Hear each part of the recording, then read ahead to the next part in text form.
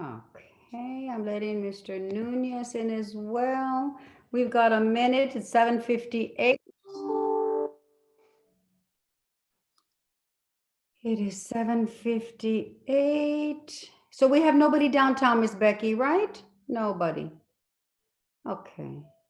She's not answering, but I don't think we have anybody at the downtown facility. No, Judge, nobody in downtown today. All annex. Okay. We get to see Officer Gomez all morning long. Oh, I think that was one reason I couldn't sleep last night. I was so excited. I want to see Officer Gomez. Where is he? Screen is still blank over on annex. They don't want to see us. Or they don't want us to see them today.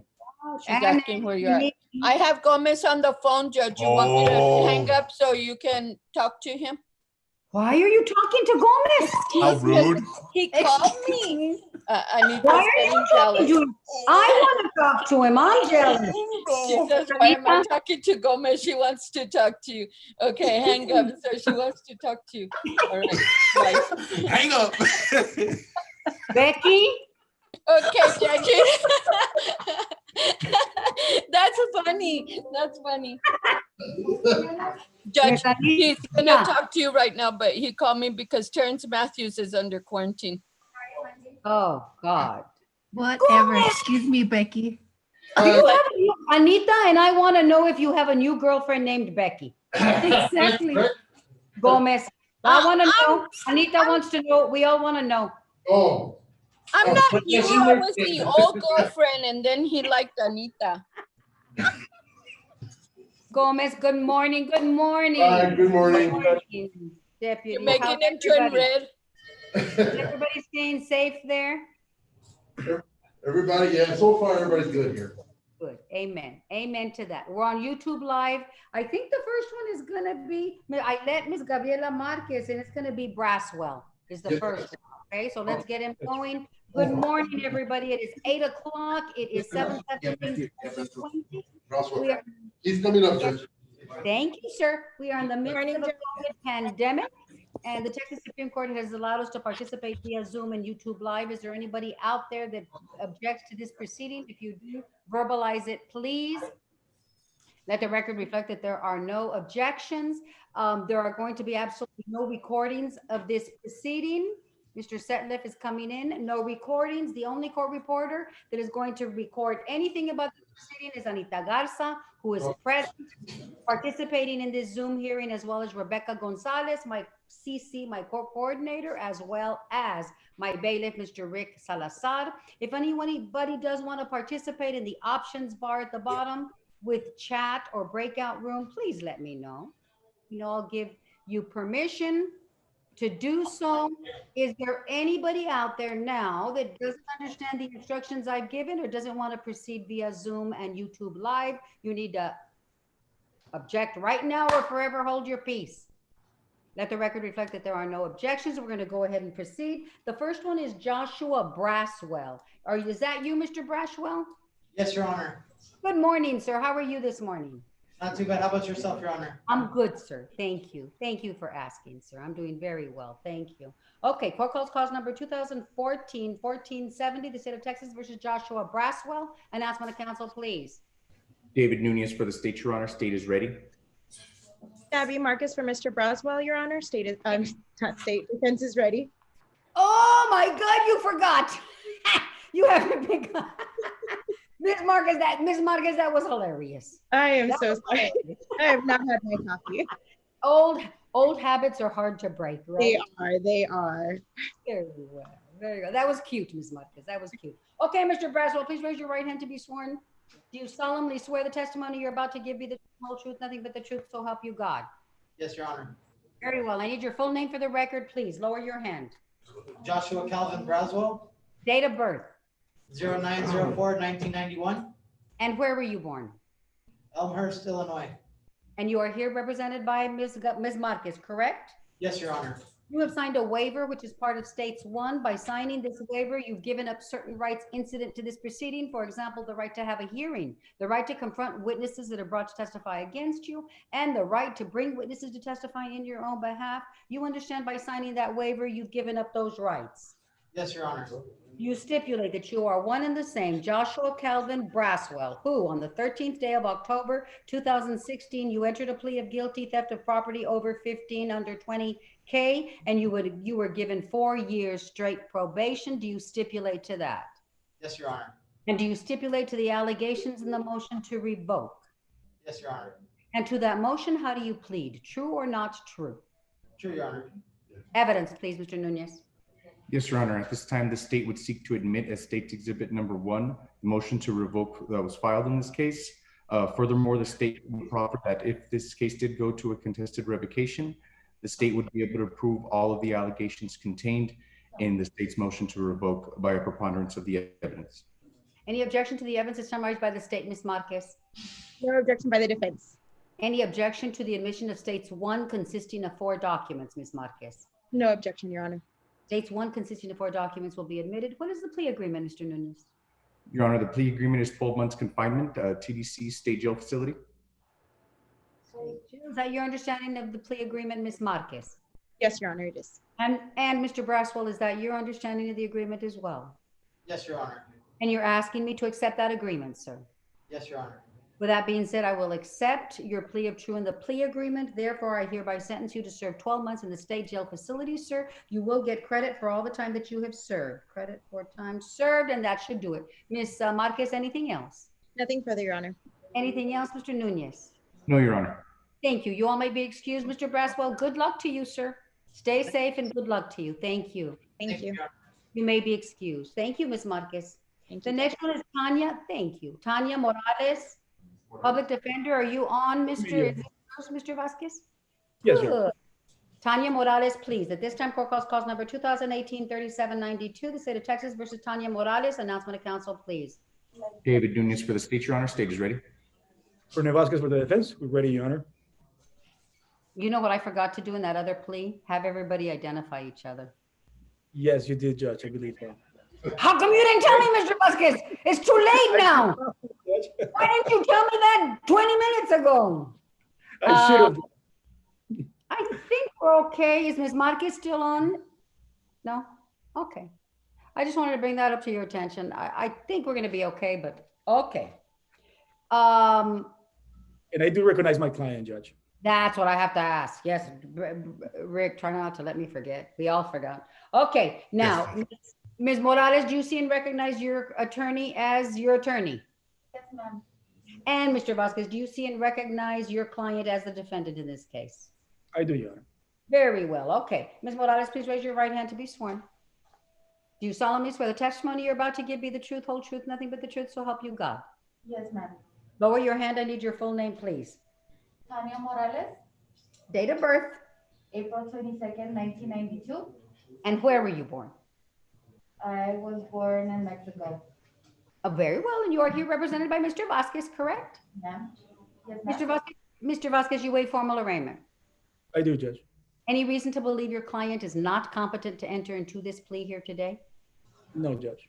I need to ask you, have you ever been found incompetent by a court of law or by a doctor, Ms. Morales? I'm sorry? Have you ever been found incompetent by a court of law or by a doctor? No, ma'am. I find you are competent to enter into this plea here today. I understand you were born in Mexico, so I assume you are not a United States citizen. Is that correct? No, ma'am. I'm a permanent resident at the moment. Okay, but you're not a citizen, correct? No, ma'am. Not being a citizen, entering into this plea of guilty, you could face deportation, exclusion from admission to the United States, denial of naturalization under federal law. You understand that, ma'am? Yes, ma'am. Other than the plea bargain, you plead guilty because you are guilty and for no other reason. Other than the plea bargain, are you pleading guilty because you are guilty and for no other reason, Ms. Marquez? Ms. Morales? Yes, ma'am. Okay, has anybody promised you anything else other than this plea bargain? No, ma'am. Is anybody threatening or forcing you to be here? No, ma'am. Are you pleading guilty because you want to or because your attorney's forcing you to plead guilty? I'm sorry that am I able Are you pleading guilty because you want to or because your attorney's forcing you to plead guilty? I want to, ma'am. And are you satisfied with your attorney's representation of you in this matter? Ma'am. You signed each and every page of States 1. Did you read that document or did your attorney explain it to you? I read it and he explained it also. Did he explain very important rights you've given up, right to a trial by jury, right to confront witnesses that are brought, testify against you, and the right to bring witnesses to testify in your own behalf? By signing states 1, you've given up those rights, and do you understand that? Yes, ma'am, I do. And did you sign this document freely and voluntarily? Yes, ma'am, I did. At this time, does the state wish to make a motion to reduce your range of punishment or category of offense? Mr. Nunez? Yes, Your Honor, we will be reducing this to a Class A assault family violence misdemeanor. Family violence misdemeanor. Is there a victim impact? Is there a victim impact No, statement? Your Honor. What's No, the Your plea? The plea agreement, Your Honor, is 2 years deferred probation, a family violence finding, 100 hours of community service, anger management, UABA curfew, no offensive contact with Alejandro Nayares. Offensive contact with Alejandro. Yes, Your Honor, Yes. Nayares. N-A-Y-A-R-E-Z. Is that it? Yes, Your Honor. Is that your understanding of the plea agreement first, Mr. Vasquez? Yes, Your Honor. And Ms. Morales, is that your understanding of the agreement as well? Yes, ma'am. Are you asking me to accept that agreement, Ms. Morales? Yes, ma'am. You understand I don't have to accept it, right? Yes, ma'am, I understand. Well, you also understand if I don't accept it, I'll allow you to withdraw your plea. Do you understand that as well? Yes, ma'am, I do. Range of punishment you're facing is not more than 1 year El Paso County Jail and/or a $4,000 fine. You understand that? Yes, ma'am. Understanding range of punishment, your rights under the law, the plea agreement, how do you plead? I'm guilty, ma'am. Very well. Before you get into the evidence, Mr. Officer, Detention Officer Gomez, can you not let Braswell go? I already after- talked to him, Judge. They're gonna hold him for, they could do the ID. Good, thank you. Thank you, thank you. That's what I was worried about. Okay, evidence, please. Thank you. Thank you Yes, so sir. much. Yes, Your Honor. Evidence. At this time, the state would seek to admit as State's Exhibit number 1, the plea papers in this case, and the indictment in this case as State's Exhibit number 2. Furthermore, the state would proffer that if this case did go to trial, the state would be able to prove all of the allegations contained in the indictment beyond a reasonable doubt. And Your Honor, just a little bit of the facts. This is an argument that ended up going to the home of the defendant and the complaining witness. The argument turned physical, where the complaining witness ended up grabbing a knife and cutting CW, causing pain on the upper left arm, right hip area, and the lower hamstring of the left leg of the complaining witness. Any objection to the evidence summarized by the state, Mr. Vasquez? Oh, Your Honor. Any objection to the admission of states 1 and 2, Mr. Vasquez? Oh, Your Honor. States 1 and 2 will be admitted. At this time, I will accept your plea agreement and your plea of guilty. I find that your plea and the agreement entered into freely, knowingly, voluntarily. I further find the evidence presented by the state does substantiate a finding of guilt. However, I am not entering a finding of guilt at this time. Instead, I'm deferring further proceedings, Ms. Morales. I'm putting you on deferred visitation probation for 2 years. Terms and conditions of your probation include 100 hours community service, anger management, UABA testing, 10 to 6 a.m. curfew, no offensive contact with Alejandro Nayares. I want the record to affirmatively reflect a family violence finding. What is there? Are there any? It just dawned on me. Any counseling BIPP equivalent or none in this case, Mr. Nunez? You know, I think that would be a good idea. I didn't put that in the papers, but yes, I agree with Family that. violence. That's what we do. Mr. Vasquez, are you okay with that? With Ms. Nayares, Judge? Not BIP. Not No, big. Your Honor, With Ms. not Payan. big. With Ms. Yes, Payan. Ms. Payan. Perfect. Yes, Yes. yes. That's Yes, perfect. okay, very well. It's going to be family violence classes with Sandra Payan. Yes. Very well, very well. Your trial court certification, Mr. Vasquez, your client's entitled to an appeal. It's a plea bargain case. She's opted for deferred and she's waived it. Okay, sir? Anything else, Mr. Vasquez? No, Your Honor. Anything else, Mr. Nunez? No, Your Honor. Thank you. Ms. Morales, best of luck to you, ma'am. You may be excused. Thank you. I'm going to call back Ms. Gabby Marquez. Thank you for coming back. Call in cause number 2014-1470. I want Mr. Braswell, please, to come up just very quickly. I forgot to do the identification and the plea. Mr. Braswell, Good morning again. I forgot to have you and your attorney identify each other. You just pled, correct? About 5 minutes ago, you were my first plea, correct? Yes, Your Honor. Okay. Do you recognize your attorney, Ms. Yes. Marquez, on the screen? And Ms. Marquez, do you see and recognize your client as a defendant in this case? Yes, Your Honor, I do. Thank you all. Thank you all, Ms. Gabby Marquez, for coming back. Mr. Braswell, thank you again. You may be excused. Go back and finish your paperwork. Thank you, Your Honor. The next one is Carrion, Mr. Swala. You're here, aren't you? I am, Your Honor. Good, okay. I'm gonna call, it's my understanding he's got 4 cases. It's Alberto Carrion is the next one. Gomez, please. Yes, ma'am. On Alberto Carrion, I'm not gonna call the 2 cases that are gonna be dismissed, but I'm gonna call the 2 that he's pleading to, okay? He is pleading to 2 cases, right?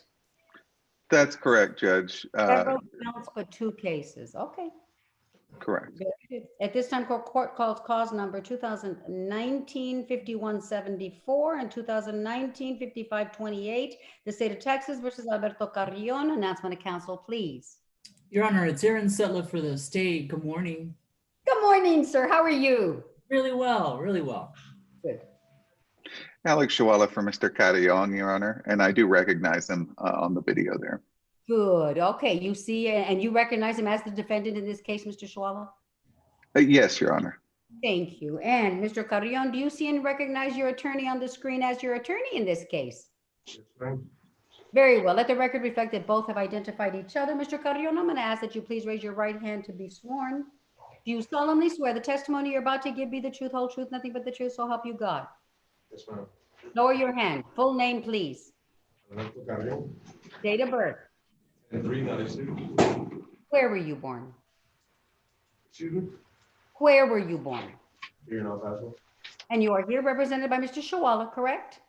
Yes, ma'am. Mr. Shawala, you waive formal arraignment in both cases. Yes, Your Honor. Any reason to believe your client is not competent to enter into these pleas here today, Mr. Shawala? No, Judge. Mr. Carrion, have you ever been found incompetent by a court of law or by a doctor? Oh, ma'am. I find you are competent to enter into these pleas here today. I understand you were born in El Paso, so I assume you are a United States citizen, correct? Yes, ma'am. Should you not be entering into these pleas of guilty, you could face deportation, exclusion from admission to the United States, denial of naturalization under federal law. You understand that, sir? Yes, ma'am. Other than the bargain, you plead guilty because you are guilty and for no other reason. Yes, ma'am. Did somebody promise you something else other than this plea bargain to plead guilty here today? No, ma'am. Is anybody threatening, forcing you to be here? No, ma'am. Are you pleading guilty because you want to or because Mr. Shawala is forcing you to plead guilty? No, ma'am. No, I I'm pleading guilty. Satisfied? I'm sorry? I'm pleading guilty because I'm guilty. Okay, sir. Thank you, sir. Are you satisfied with Mr. Shawala's representation of you in these matters? You signed each and every page of States 1 in the both cases I called. Did you read that document? Did you understand very important rights you've given up? Right to a trial by jury, right to confront witnesses that are brought to testify against you, and the right to bring witnesses to testify in your own behalf. By signing States 1, you've given up those rights, and do you understand that? Yes, ma'am. And did you sign these documents freely and voluntarily? Yes, ma'am. At this time, does the state wish to make motions to reduce ranges of punishments or categories of offenses in either of the cases, Mr. Settler? Yes, Your Honor. In 2019 0D05528, he will be pleading guilty to the lesser included of attempted aggravated assault with no deadly weapon finding. 1418 Charlie. Okay. The other ones remains the same. Yes, ma'am. Very well. Okay. Is there a victim impact statement? No, Your Honor. What's the plea agreement? So it's a little complicated. Just bear with me. On 2019 0D05528, he's going to plead to 5 years TDC to the lesser included offense of attempted aggravated assault with no deadly weapon finding. We'll dismiss the rest of the counts. So he's only pleading to one count. What count is that one? Your Honor, I'm sorry. Because I have Count to say 3. I'm sorry? It's count 3. Okay, he's pleading to count 3 and you refused it. Selick. And so then he's also pleading to 5 years TDC concurrent on But 2019. hang on. I haven't finished with the 5528. How many counts are there and how many which ones are you dismissing? Let's keep the record straight. Yes, Judge. Of course, you're dismissing counts 1, counts 2, 4, 5, and 6. Let me take a look at the. It says 6 counts. He's pleading to 3, to the third one. So 1, 2, 4, 5, and 6 are dismissed. Exactly, Judge. I'm sorry. Yes, thanks for the clarification. Well, Yes. Okay, go ahead. And Your Honor, if I may, there's actually 9 counts in this indictment. And so it should be count 3 he's pleading to, and then counts 1 and 2, and then 4 through 9 dismissed. You agree to that? Yes, Your Honor, I do. Very well. Okay, then what's happening in 5174? He's going to plead to 5 years TDC concurrent. Very well. Is that your understanding of the plea agreements, Mr. Schwala? It is, Your Honor. Wait, hang on. But then you're dismissing 2019 4495 and 2019 4510, right, Mr. Settler? That's right, Judge. And then he also has a misdemeanor, and I know you're not handling that, but we're 1245ing that into the assault family violence enhanced offense. I have tendered the 1245 admissions to the court. You would handle that part, right, Judge? Yeah, I'll sign. So that's the Very well. entirety of the record. That's the entirety. Okay, is that your understanding now, Mr. Schwala? It is, Your Honor. And Mr. Carrion, is that your understanding of the plea agreement as well? Yes, ma'am. Are you asking me to accept that agreement, sir? Am I? Are you asking me to accept that agreement? Yes, ma'am. You understand I don't have to accept it, right? Yes, ma'am. You also understand if I don't, I'll allow you to withdraw your pleas. Do you understand that as well? Yes, ma'am. The range of punishment you're facing for both is 2 to 10, for both cases you're pleading is 2 to 10 years in the penitentiary and or a $10,000 fine. You understand that, sir? Yes, ma'am. Understanding all the ranges of punishments, the range of punishments applicable, your rights under the law, the plea agreements, how do you plead, both cases, all counts that are subject to the plea agreement. Guilty. Evidence, please, Mr. Settler. Yes, proceeding on 2019-0D05528. Had the state proceeded to trial, we would have shown beyond reasonable doubt that on the 13th day of August 2019, the defendant did then and there intentionally or knowingly attempt to threaten Annette and Ciso with imminent bodily injury, and did then and there use and exhibit a deadly. I'm sorry, we're not proceeding with a deadly weapon. So no deadly weapon finding, but he did use one in order for us to be able to use the lesser included. So exhibit a deadly weapon, to it a firearm, during the commission of the assault. As I say, we're not seeking a deadly weapon finding. And then Any objection to the evidence as summarized by the state in that case, Mr. Schwala? No, Judge. Any objection to the admission of states 1 and 2 in that case? None. States 1 and 2 will be admitted. The next case, Mr. Settler? Thank you, Your Honor. In 2019-0D05174, had we proceeded to trial, we would have shown beyond reasonable doubt that on the 29th day of June, the defendant did then and there intentionally, knowingly, or recklessly cause bodily injury to Cristina de la Rosa, a member of the defendant's family or member of the defendant's household or person with whom the defendant has or has had a dating relationship, as described by section 71003 or 71005 or 71002(1)B of the Family Code, by striking Cristina de la Rosa about the head or face with the hand of the defendant.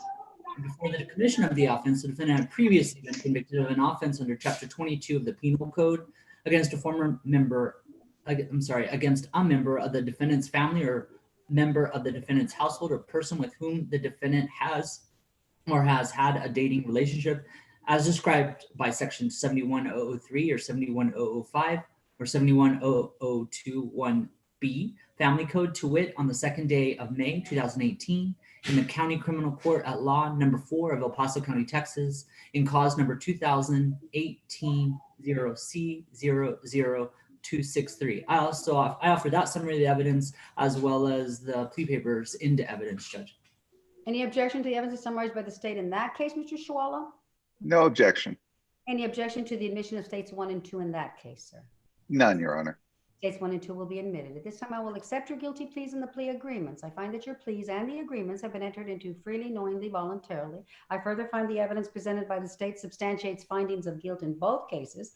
Therefore, in cause number, hang on a second,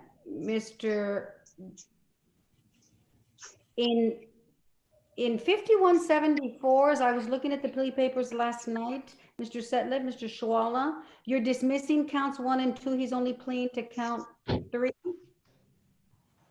Or did I get him confused? There's only one count in 5174, right? Right, Judge. That's correct. So I got him confused. Okay. Therefore, I find you guilty in cause number 2019-5174 of assault with previous convictions. I hereby sentence you to serve 5 years, Texas Department of Criminal Justice Institutional Division. In cause number 2019-5528, I find you guilty of count 3, attempted aggravated assault with no deadly weapon finding. I hereby sentence you to serve 5 years, Texas Department of Criminal Justice Institutional Division. Both cases are to run concurrently. Now, I didn't get any of the dismissal papers on all the counts in the other 2 cases. Do you send that at this time, Mr. Setliff? Because I didn't sign any of those. I did send them to Alec, and I was understanding you would send a whole packet, but I have them in front of me. I will send them to you immediately. Okay. Did you send them to me, Mr. Shore? I did. Ms. Gonzalez should have those in her email, but I can send them again, Judge. Okay. I didn't get any of the dismissals on those cases. Would you like me to email them directly to you?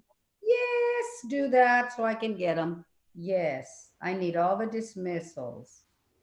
I can send those to you right now, Judge. Very good. Thank you, Mr. Schwallow. Judge, the only outstanding issue was that 2019 0C-08189 to 1245 into the assault family violence. Judge, I'm sorry. Judge, I'm sorry. This is Rick. I just noticed I lost Anita. We lost Anita. Okay. I don't see her on screen. Okay. Thank you. She just sent me a text saying her laptop just shut off. Okay. Let's wait. Let's be patient.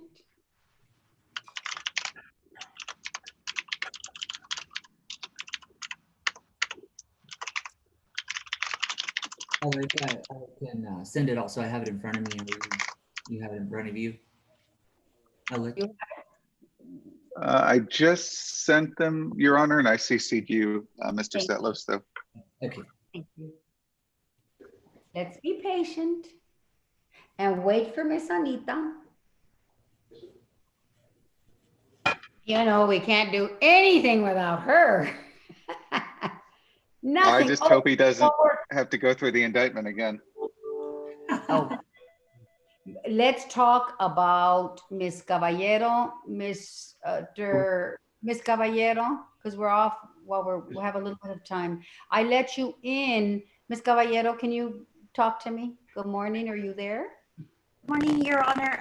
Ms. Caballero is with Judge Navarrete on the other Zoom meeting. Okay, ma'am. Will you tell her, Mr. Rick, did you get the notice or did Becky get the notice? Okay. Becky did. Becky, will you tell Ms. Caballero that Mr. Matthew is in quarantine, so he's not going to be brought? Okay. Okay. That's bad news. Bad news. Okay. Yes, Your Honor. Just a second. Yeah. Thank you very much. Alec, or Judge, I think Alec sent those documents to you. The only one I don't see is the 1245 admissions. I got the 1245 admission. You do have those. Okay. I did get that. That was in one of your packets, right? But your packets, I got them straight from you. Your packets didn't include the dismissals of the counts. Are you talking to me, Judge? Yes, Mr. Sutter. I'm sorry. I'll do better in the future. That's okay. You're doing great right now, really. I appreciate it, Judge. You really are. Your plea papers are much. I have to tell Mr. Martinez, and I don't understand why, because we're waiting for Anita, but Mr. Setliff sends all the paperwork in one attachment. I get Mr. Setliff's pleas in one attachment with You, Mr. Nunez and Mr. Martinez, I get like 10 attachments. One plea. So we have to talk about that because that's what's driving me crazy. I spent 4.5 hours last night until 12:30 last night trying to figure out these pleas in the paperwork. Ms. Caballero, Mr. Matthews is in quarantine. Yes, Your Honor. I'm sorry. So they're not going to bring him. Judge, I would like to have the bond hearing anyway. Okay. If I will waive my client's appearance. I have his family with me. Okay, ma'am. I You know got it. you want me to go forward. Yes, ma'am. You got it. You Okay. got it. I'm going to let you know. Yes, ma'am. Thank you. Thank you, And Ms. Judge- Caballero. I'm sorry, Judge, I'm back. Thank you. No worries, Anita. Yes, it's the tank that's on quarantine. He's not tested positive, but they're under quarantine. Okay. Thank you, Miss Becky, for that clarification. Okay. Okay, we're back on the record on Carrion. Miss Anita, you're there?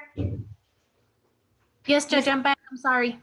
No worries. 2019, 5174 and 5528. I just want the record to reflect that misdemeanor is going to be 1245 into the 2019, 5174 case.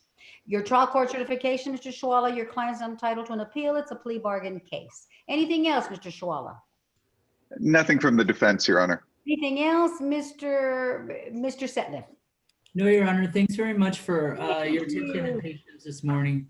No. Thank you guys for for your patience too.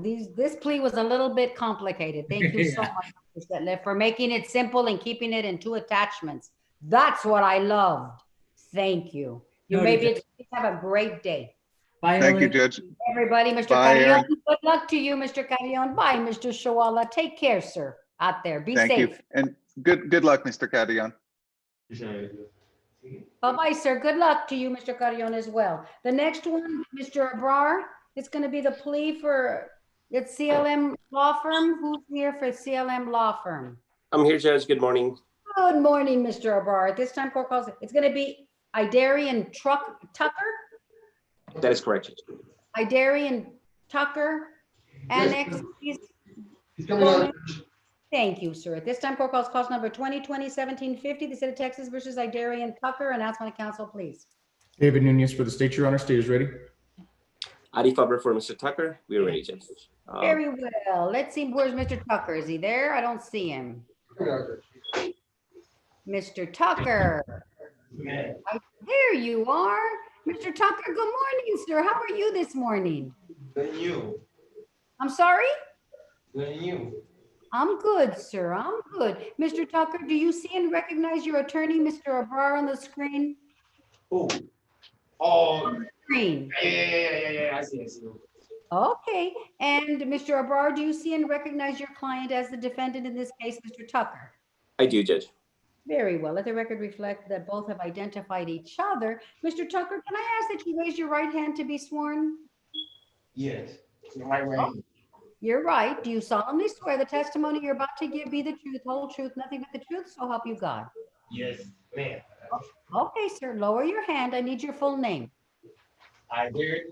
Darius Tucker, Date of birth. 12/14/96. And where were you born? Huh? And where were you born? I was born in Illinois. Where, sir? Illinois. In Illinois. Is Yeah. that right? Yes. Okay, sir. Okay. Mr. Abrar, I'm having a little bit of concerns. Yes, Judge. So did we, Judge. But based on my conversation with him over the phone, he was able to, he answered me perfectly. He understood his rights. Okay. So, Okay, so I'll go ahead and proceed then, okay? I mean, people can have mental issues, right? Mental illness, but they can be competent as well, sir. Okay, we'll try, very well. And you are here represented by Mr. Abrar, correct? Mr. Tucker? Yes, ma'am. Mr. Abrar, do you waive formal arraignment? we do, Judge. Any reason to believe your client is not competent to enter into this plea here today? Judge, based on my conversation with him, he was able to answer all the questions that I had asked, and I explained him his rights. I explained the punishment range. I explained what he's pleading to. What he told me was perfectly clear. I asked him if he had ever been diagnosed for any kind of mental health issues. He told me he hasn't been. So just based on that, I believe he's competent to proceed with the plea. Do you know, is he taking meds in the jail, Mr. Abrar? I do not know, Judge. You do not know. Okay, let me ask him. Mr. Tucker, Yeah. are you on any meds right now in the jail? No, ma'am. No, ma'am. What? I'm sorry? No, ma'am. Very well. Okay, he's not on any meds. Very well. Very well. Has a doctor or a judge ever found you incompetent, Mr. Tucker? No, ma'am. No, ma'am. Okay, I find you are competent to enter into this plea here today. I understand you were born in Illinois, so I assume you are a United States citizen, correct? Yes, ma'am.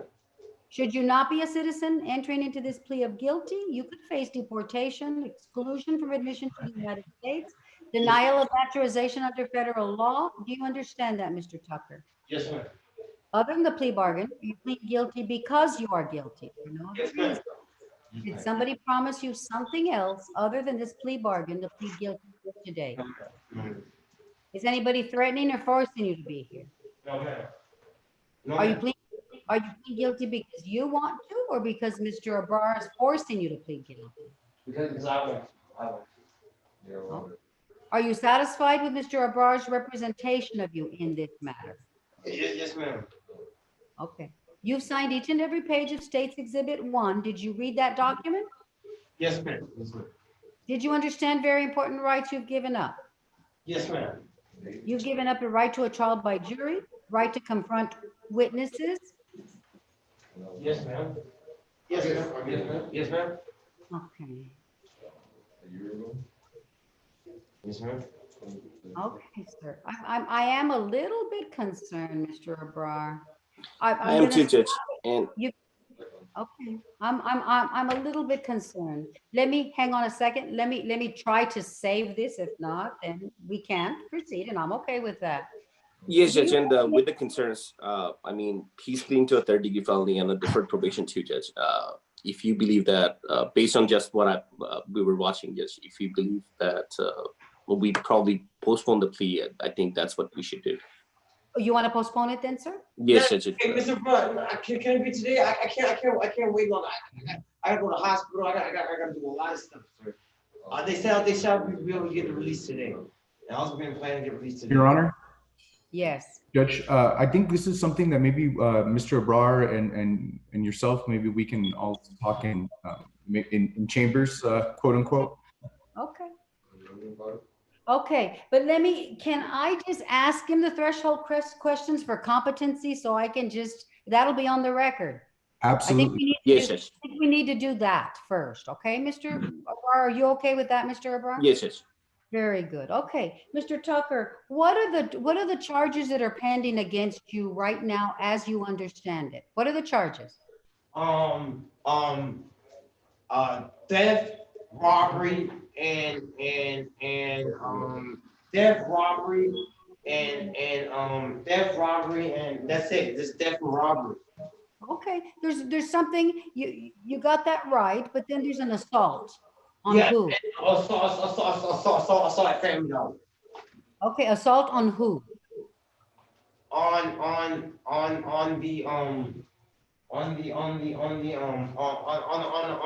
officer, not on an officer and the public aid worker. Okay, sir. Okay. You got that?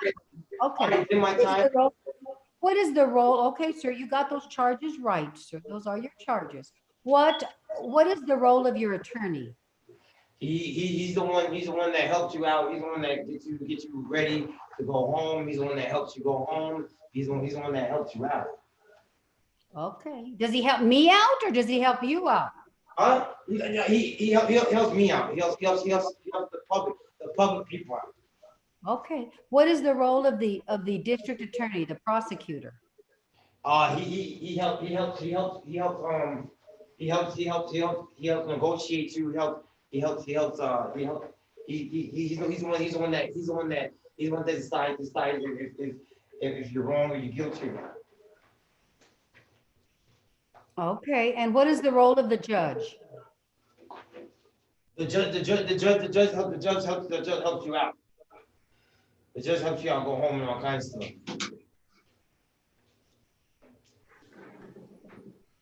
Okay, I have concerns, Mr. Barber. I do. That's fair. Judge, I took the calm seat test. I'm calm seat to go home. They say I'm calm. They say I'll be able to go home today. Did you hear? Hang on, Mr. Tucker. Don't calm down. You're gonna stay there. Your attorney, me, and the DA are gonna have a little off the record discussion like Mr. Nunez asked. So we may continue with the plea, but we just have to talk a little bit. Okay? I'll be back later today, or? Yes, don't leave. Don't let them take you back to the cell because I do want to talk to you in a minute. I'll tell Gomez not to let you go. Okay, Mr. Abrar, you go ahead and go, and then we'll go ahead, Mr. Abrar. You want to come back in about 45 minutes if you want. Yes, yes. Continue with the other pleas, okay? Yes, yes. Thank you, Judge. Abrar, thank you, sir. Thank you. Okay, the next one is Timothy Simpson. That's Mr. Parra. Gomez, we need Timothy Simpson. Please don't take Tucker back. We still need him possibly. Okay, he'll be here. Gomez, thank you. Now we need Timothy Simpson. At this time, court calls cause numbers 2018-1496, 2000. Hang on. Okay, on Timothy Simpson, we're going to handle, I'm going to back up a little bit. We're going to handle the 2 felony pleas, and then we're going to proceed to the revocations, okay? So I'm Understood, Your Honor. The 2 pending felonies first, 2018-60-91 and 2019-59-25, the state of Texas versus Timothy Simpson. Announcement of counsel, please. David Nunez for the state, Your Honor. State is ready. Manuel Parra for Mr. Simpson, Your Honor. Also ready. Very well. Do you see and recognize your client, Mr. Parra, as the defendant in this case? Yes, I do, Your Honor. Very well. And Mr. Simpson, do you see and recognize Mr. Parra as your attorney? Yes, ma'am. Very well. Let the record reflect that both have recognized each other. Mr. Simpson, please raise your right hand to be sworn. Do you solemnly swear the testimony you're about to give be the truth, whole truth, nothing but the truth, so help you God? Yes, ma'am. Very well. Lower your hand. I need your full name, please, Mr. Simpson. Timothy Ryan Simpson, Date of birth. 6277, And where were you born? Hayward, California. And you are here represented by Mr. Parra, correct? Yes, ma'am. Mr. Parra, you a formal arraignment in both cases.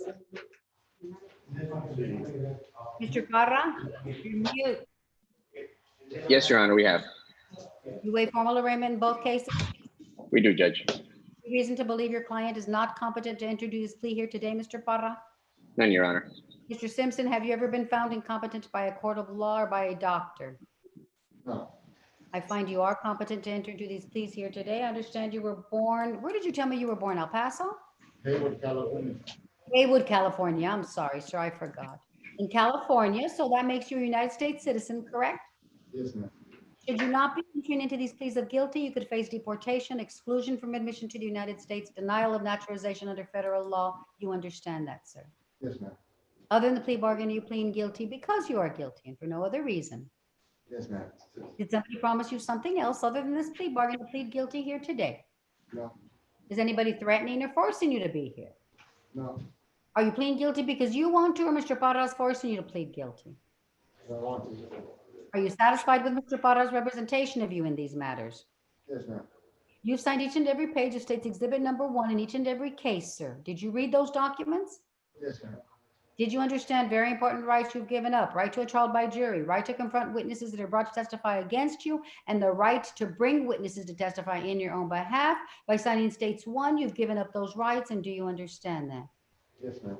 And did you sign the documents freely and voluntarily? Yes, ma'am. At this time, does the state wish to make a motion to reduce your range of punishment or category of offense, Mr. Nunez? Your Honor, I cannot say that right now. I didn't draft the plea paper, so I don't know what he is on this one. Mr. Potter, can you assist me on this one? Your Honor, if it's helpful at all, there's no reduction that I'm aware of with respect to the state jail cases. He's pleading to 2 years. And with respect to the TDC cases, he's pleading to 2 years. Any victim impact statement in either of the cases? Tell me the plea. Do you know the plea agreement? I want to hear from Mr. Nunez. Do you have the plea agreement? I believe it was 2 years TDC, and then I believe 2 years state jail. Mr. Potter, correct me if I'm wrong. You're wrong. That is correct. You're wrong. You're wrong. In 2018, 6091, counts 1 is 2 years state jail. Counts 2 and 3 is 2 years TDC. In 2019, 5925, it's 2 years TDC. That's pursuant to the plea papers. Is that right, Mr. Parra? Yes, Your Honor, as Mr. Nunez had pointed out. No, Mr. Nunez didn't point it out. Oh, that's what I had heard, Judge. Sorry. Any objection to the evidence? And that's your understanding of the plea agreement? It is, Your Honor. Parra? Mr. Simpson, is that your understanding of the plea agreement? Yeah. Are you asking me to accept it? Yes, ma'am. You understand I don't have to accept it, right? Yes, correct. You also understand if I don't accept it, I'll allow you to withdraw your pleas. You understand that as well? Yes, ma'am. The range of punishment you're facing in 2018, 6091, count 1 is state jail, not less than 180 days, no more than 2 years in a state jail facility, and or a $10,000 fine. You understand that? Yes, ma'am. In counts 2 and 3, it's 2 to 10 years in a penitentiary and or a $10,000 fine. You understand that? Yes, ma'am. In 5925, it's the same, 2 to 10 years, 3rd degree, and or a $10,000 fine. Correct? Yes. Understanding all those ranges of punishments, your rights under the law, the plea agreement, sir, how do you plead? Guilty. Evidence. Your Honor, at this time, the state would seek to admit as State's Exhibit Number 1 the plea papers in each respective case as State's Exhibit Number 1, and the indictment in this case in each respective case as State's Exhibit Number 2 in each respective case. Furthermore, the state would proffer that if these cases did go to trial, the state would be able to prove all of the allegations contained in both indictments beyond a reasonable doubt. And just a little bit of the facts, Your Honor, on cause number ending in 5925. Officers were dispatched to a park from a 911 caller. It was an unknown call. Upon arriving to the location, they met with the complaining witness in this case, who stated that the husband had assaulted her. The complaining witness stated that she was in a van with a friend when the defendant ended up breaking the back window and grabbing the complaining witness by the hair and punching her on the left side of her face, causing pain. Any objection to the evidence summarized by the state in that case, Mr. Parra? No objection, Your Honor. Any objection to the admission of states 1 and 2? No objection to the admission. States 1 and 2 will be admitted. You didn't give me the other facts? Yes, Your Honor. And for the cause number ending in 6091, in this case, the defendant basically admitted to renting vehicles from Enterprise Rent-A-Car and turning them over to another party to be used in a plan or scheme to smuggle drugs into the United States from Mexico. Any objection to the evidence in that case, Mr. Parra? No, Your Honor. Any objection to the admission of states 1 and 2 in that case? No, Your Honor. States 1 and 2 in that case will be admitted as well. At this time, I will accept your guilty pleas in the plea agreements. Mr. Simpson, I find that your pleas and the agreements have been entered into freely, knowingly, voluntarily. I further find the evidence presented by the state does substantiate findings of guilt. Therefore, in cause number 2018-6091, I find you guilty count 1, theft over 200 under 30K. And I hereby sentence you to serve 2 years in the state jail facility. I find you guilty counts 2 and 3 of theft over 30 under 150K. That's counts 2 and 3. I hereby sentence you to serve 2 years, Texas Department of Criminal Justice, Institutional Division. In cause number 2019-5925, I find you guilty of assault, family violence against a member with previous convictions. I want the record to affirmatively reflect. You didn't say a family violence finding? Yes, Your Honor. Family violence finding. Affirmatively reflect a family violence finding. I hereby sentence you to serve 2 years, Texas Department of Criminal Justice, Institutional Division. We're going to move on to 2017-4975 and 2018-1496. The revocations. I put you under oath, Mr. Simpson. You're under that same oath. You understand that, correct? Yes, ma'am. And you are here still represented by Mr. Parra, correct, in this case, these cases? Yes? Yes, ma'am. You've signed waivers in both of these cases. By signing these waivers, you've given up rights incident to these proceedings. For example, the right to have a hearing, the right to confront witnesses that are brought to testify against you, and the right to bring witnesses to testify in your own behalf. You understand by signing those waivers, you've given up those rights in both these cases, correct? Yes, ma'am. In cause number 2017-4975, do you stipulate that you are one and the same Timothy Simpson, who on August the 2nd, 2018, you entered a plea of guilty, possession of a controlled substance, and you were given 4 years deferred adjudication? Do you stipulate to that? Yes, ma'am. And in cause number 2018-1496, do you stipulate that you are one and the same Timothy Simpson, who on that same day you pled guilty to violation of a protective order with 2 or more previous times within 12 months, and you were given 4 years deferred as well? Do you stipulate to that? Yes, ma'am. And do you stipulate to both grounds in both motions to adjudicate? Yes, ma'am. And to both motions to adjudicate, how do you plead? True or not true? True. I'm sorry, sir, I didn't understand. True or not true? True. Evidence, please. Yes, Your Honor. At this time, the state would seek to admit as State's Exhibit Number 1 in each respective case, the state's motions to adjudicate that were filed in each respective case. Furthermore, the state would proffer that if these cases did go to a contested revocation, the state would be able to prove all of the allegations by a preponderance of the evidence. Any objection to the evidence summarized by the state, Mr. Potter? No, Your Honor. Any objection to the admission of states 1 in each case consisting of 4 documents? No, Your Honor. States 1 consisting of 4 documents will be admitted. What are the plea agreements, Mr. Nunez? Your Honor, the plea agreements are 2 TDC, all to run concurrent. It's not 2 DC. Not on both cases. I have state jail 2 years on 4975. And then on 1496 is 2 years TDC.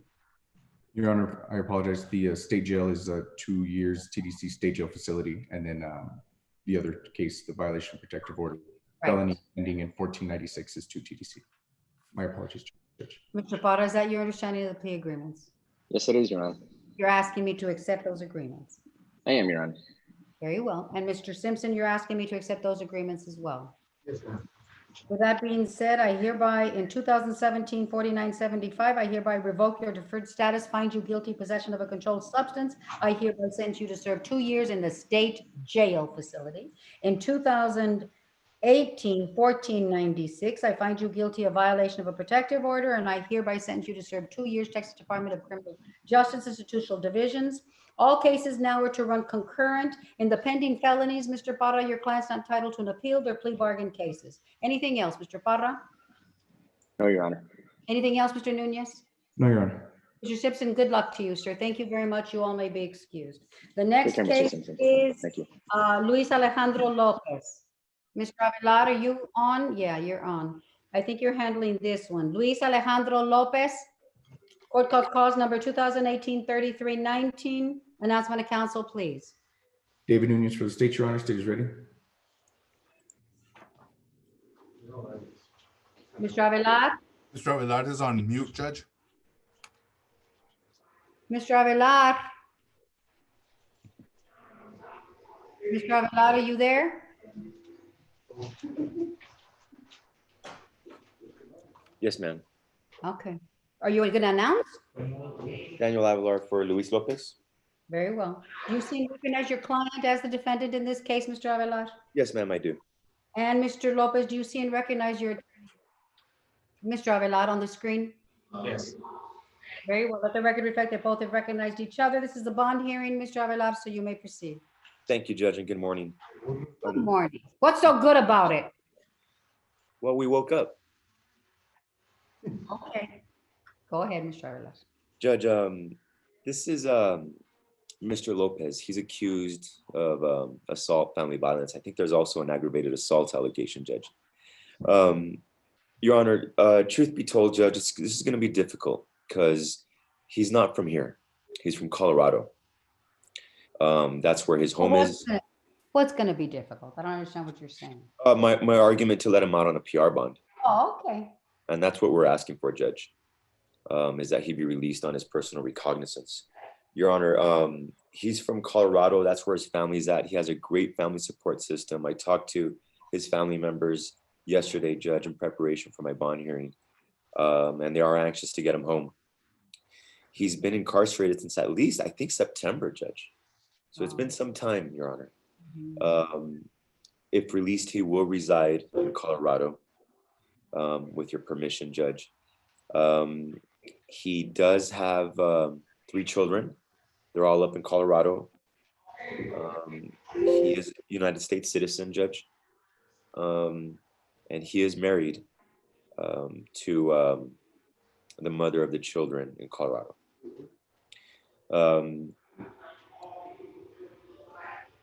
Who did he allegedly, hang on, he's married with a wife in Colorado. Who's the complaining witness in this case, Mr. Avila?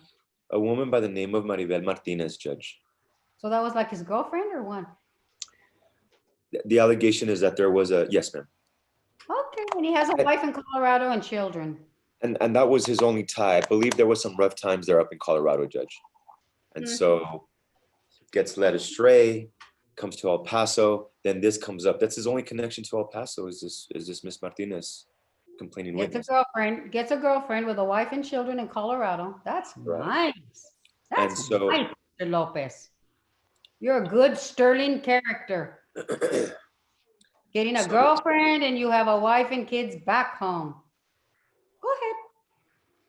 Mr. And so Judge, so then he does a little bit of time in Colorado, and so there's a warrant waiting for him in El Paso. And so So they brought him over. What did he do time for in Colorado? it was a nonviolent offense. I'm not sure this, but I think it was a drug offense, but it definitely was not a violent offense. In fact, I think in his history, I think these are his only Right. violent allegations. The biggest hurdle you have, you said you started out prefacing your remarks by saying this is going to be difficult for you. What makes it even more difficult for you is he was given a PR bond already. Mr. Lopez was granted. Did you know that? He has a history with PR bond office here in El Paso. Did you know that, Mr. Avila? Right, but I don't think he intentionally not complied with PR bond. He did it. Oops. Oops, I never reported. Oops, Judge, I forgot. No, Judge, what I mean by that is he was picked up by the authorities in Colorado. When was he picked up by the authorities in Colorado? Because let me read you this summary. Mr. Lopez was granted a PR bond on 2/12/19. He attended orientation on 2/15/19 to report weekly. He reported as instructed for February and March. He did not report April, and he did not have any contact information for me to reach him. The number he had provided for his mother is not a working number. For this reason, we revoked his PR bond. And I would agree with that timeline, Judge, because when I spoke with Prove to me that he was picked up in Colorado. Okay, I mean, if I can get documents, or maybe I can put Mr. Lopez under oath right now, Judge, or something like that. Okay, it's up to you. Whatever you want to do, this is your bond hearing. Mr. Lopez. You want to call Mr. Lopez as my witness? a Yes, ma'am. witness? Mr. Lopez, please raise your right hand to be sworn. Do you solemnly swear the testimony you're about to give be the truth, whole truth, nothing but the truth? So help you God. Yes. Very well. Go ahead, Mr. Avila. Mr. Lopez, when did you get arrested for this offense? March 28th. Of what year? I was on last year, 2019. Of 2019? Yes. Okay. Did you report to PR bond office in March of 2019? Yeah. Yes, I did.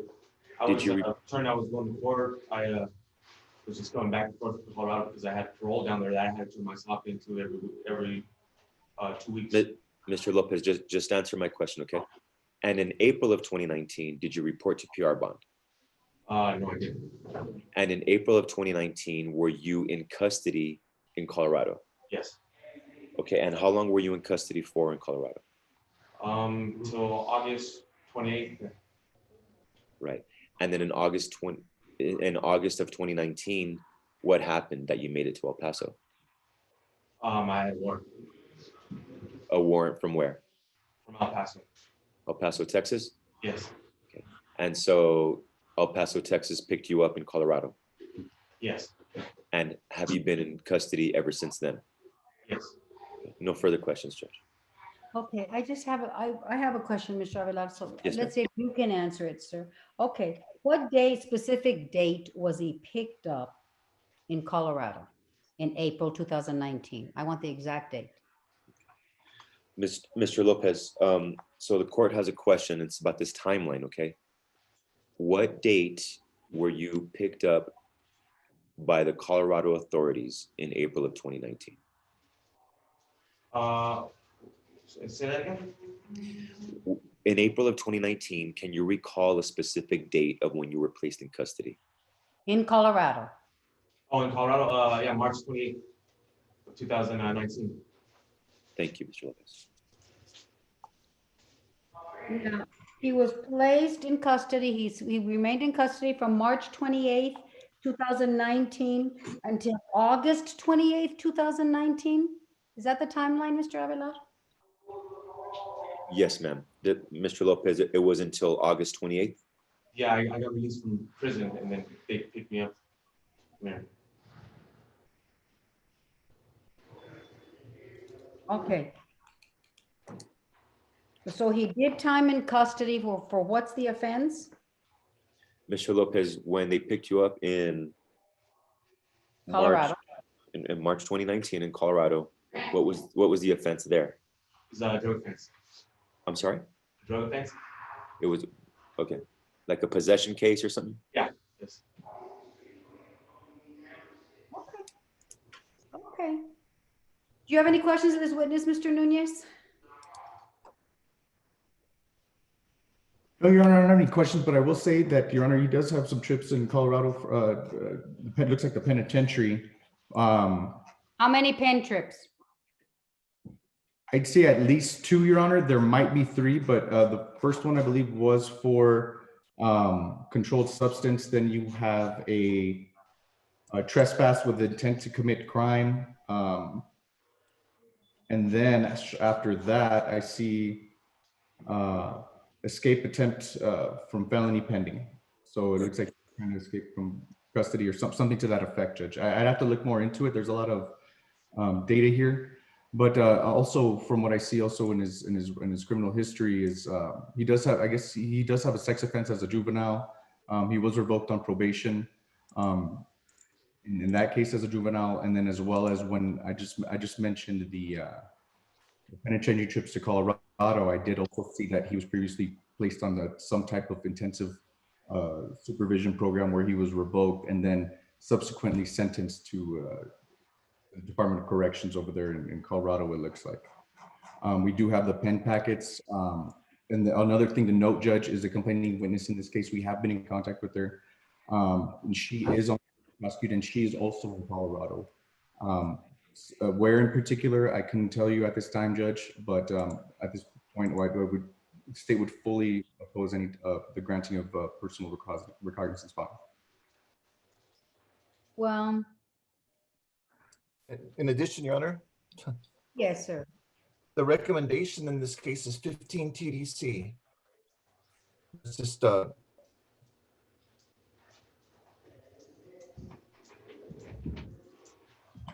What's his bond set at right now, Mr. Avila? $100,000, Judge. And that's, I guess, because of the revocation of the PR. Probably. Well, the allegation is that I guess he failed to report since 4/3 of 19. Right. But he was in Colorado in prison. That's right. Okay, and then from Colorado prison, he was extradited over here. That's And he's correct, been- Your Honor. Okay. So I would ask this, may I, Judge? Yes, go ahead, sir. I'm sorry. Thank you, Your Honor. So I would ask this court to take into consideration the veracity of Mr. Lopez's statements, Judge. With regard to his history, it doesn't appear that there are any violent offenses, Your Honor. He hasn't been adjudicated on these offenses, Your Honor. $100,000 is a bit high for Mr. Lopez to meet. I asked his family what, if any, they can come up with, and it's going to be hard for them to come up with anything, Judge. I would also ask the court to consider that in these times it's a little bit difficult in terms of health, and that he's been in custody since, at least Texas custody, since September of 2019. I asked the court that it take those things into account, Your Honor. Okay, Mr. Nunez or Mr. Martinez, you want to tell me anything? well, just Judge, I mean, just, with his criminal history, the strength of the case, the complaining witness being on board, the recommendation, and the fact that he does have a conviction for escape from custody, that the bond is appropriate as is.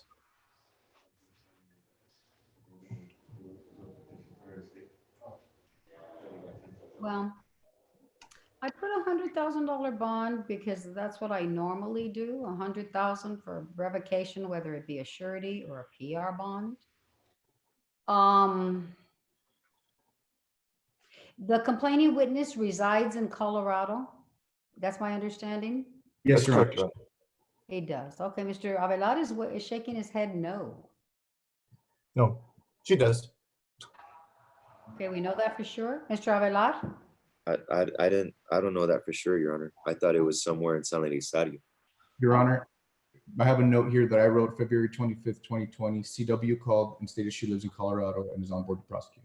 And then I wrote the rest of my notes. So that's where I am. And she is willing to come in and testify. Right, okay, okay, yeah. Okay, so she's in Colorado. What I'm gonna do, I'm gonna reduce this bond to 75,000 at this point. 75,000, surety, 25,000 PR.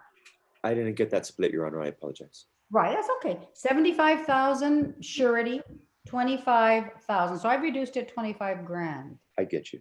Okay, and 25,000 PR bond, no bars, no drugs, no alcohol, no arrest, no offenses against the state of Texas or any other state. You cannot leave El Paso County. You're going to remain in El Paso County. Does he have any support here? No, ma'am.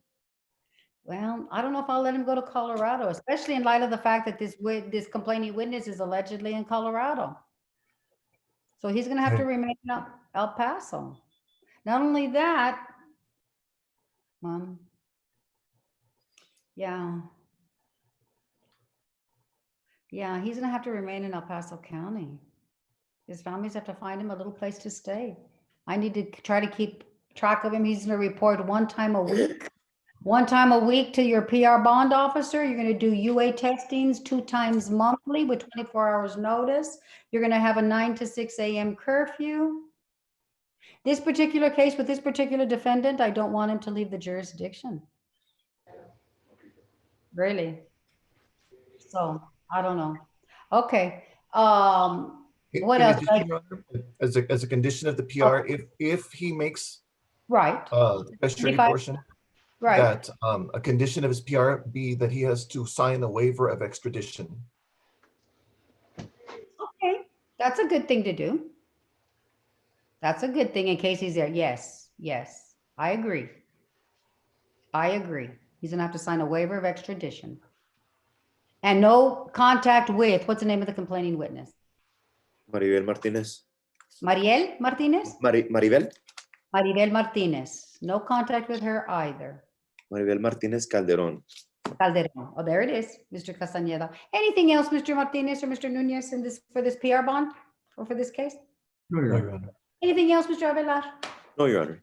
Thank you. You may be excused. Thank you, Mr. Lopez. Thank you, Mr. Lopez. Thank you, Mr. Avelar. Have a good day. I hope mine gets better. Yes, Yours is going to stay good. Okay. Oscar Hernandez, that's Mr. Trochet. Oscar Hernandez, 2019, 2568 and 2020, 980. Announcement of council, please. David Newton for the state, Your Honor. State is ready. Jose Trochet, on behalf of Mr. Hernandez, Your Honor, we are ready. Good, sir. Let's wait for Mr. Hernandez. I want you to recognize him, Mr. Trochet, before I forget. I forget to do that sometimes.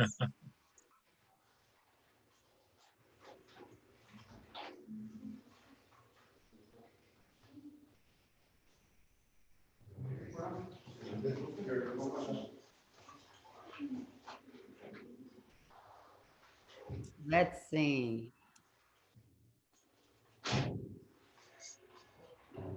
Please come in, Your Honor. Good morning. Great. Thank you so much. Thank you.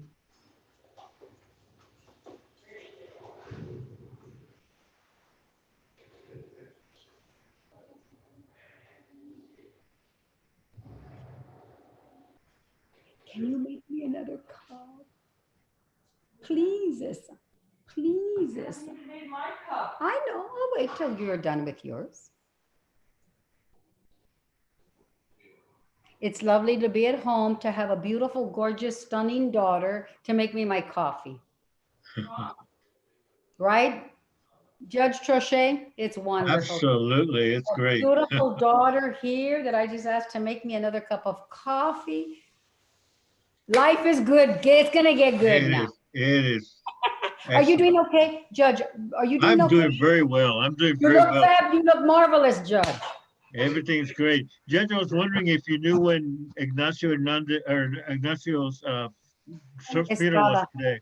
Is it going Nachito, to be it's today? today. It's today here at the, I think, Martin Funeral on Wrestler. Today Okay, from 4 to great. 7. Today Fantastic. from 4 to 7, yes. Okay. That'll be great. Yes. I don't know if we should be having those gatherings. As much as I love Nachito, right? I don't know if we should be having those gatherings. I understand. Anyway, okay, we are on the record. We're back on the record. Mr. Trochet, do you see and recognize your client, Mr. Hernandez, as the defendant in this case? I believe so, Your Honor. If you could just drop the mask. Can you I've only drop seen your him mask? Can you drop real quick. your face mask, Mr. Hernandez, so he can recognize you? Yes, that's him. Yes, Your Honor. Thank you. Good. And Mr. Hernandez, do you see and recognize your attorney, Mr. Trochet? Yes.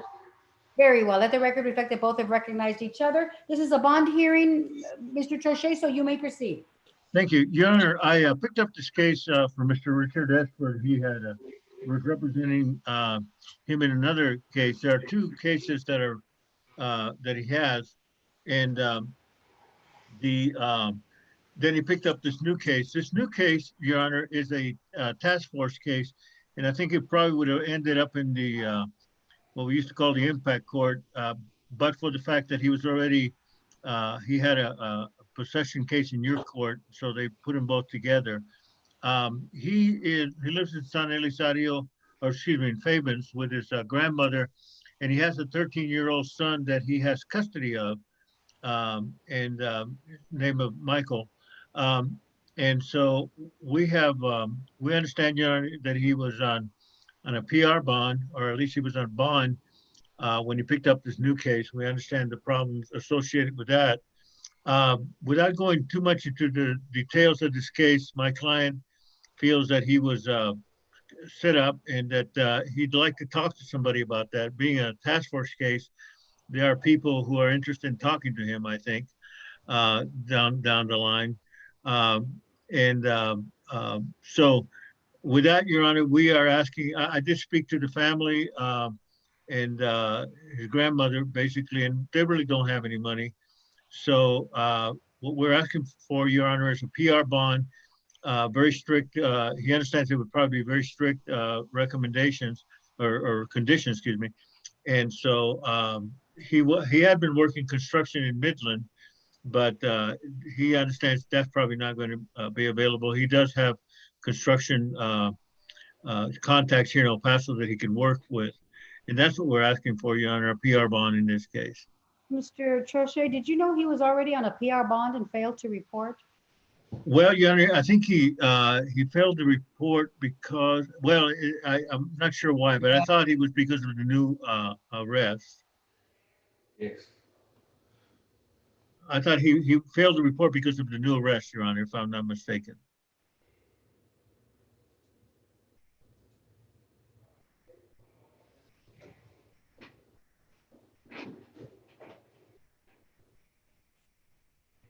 Did we lose the judge?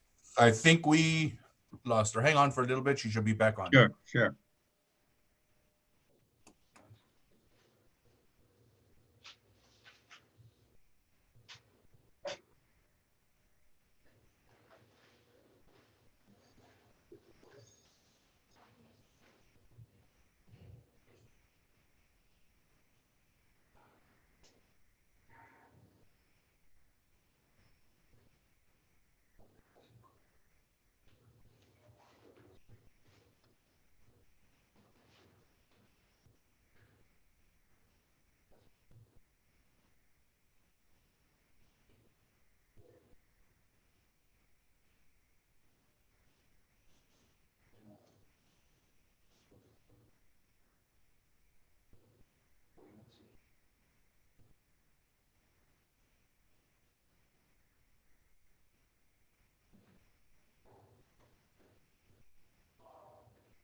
The judge is muted now. You're on mute, Judge. Myself, thank you. Yes, I'm back. Okay. He was given a PR bond in 11/1/18. He attended orientation 11/16/18. He was scheduled to report on 11/20, but he failed to report on that day or thereafter. Then he was arrested, so he failed to report for November. He failed to report for December. He was arrested on 1/18/19 for the alien smuggling. A notice of violation was submitted. So he failed to report November, December, and was arrested in January. So he's already been put on a PR bond and he cannot seem to comply with it, or that's his behavior and history on a PR bond. Let me ask him if in this case, Mr. Hernandez, I had represented to the court that you didn't report because you were arrested. Is that not correct? Yes. Would you tell the court, let the court know why you didn't report? Because I was working out of town. Okay. I was not aware of that, Your Honor. We've had a little bit of trouble communicating, but You see? Okay. Okay, go ahead, Mr. Nunez, your response or anything you have to say, Mr. Nunez? Yes, Your Honor. I was about to point out what it said on the alien smuggling case, but that was already done. In regards to this case, it involves a co-defendant we also have in this court by the name of, there might be two co-defendants, but one of them I know for a fact is Homero Perez. This is the case, Your Honor, you may recall where they found 140 grams of methamphetamine. It looked like it was a controlled buy by the task force. And I think there would be, we oppose any type of bond reduction, any type of PR. What is the bond set at right now, somebody? Judge, Yes, on the 2019 case, it's 15,000 cash assurity. On the 2020 case, it's 150,000 cash assurity.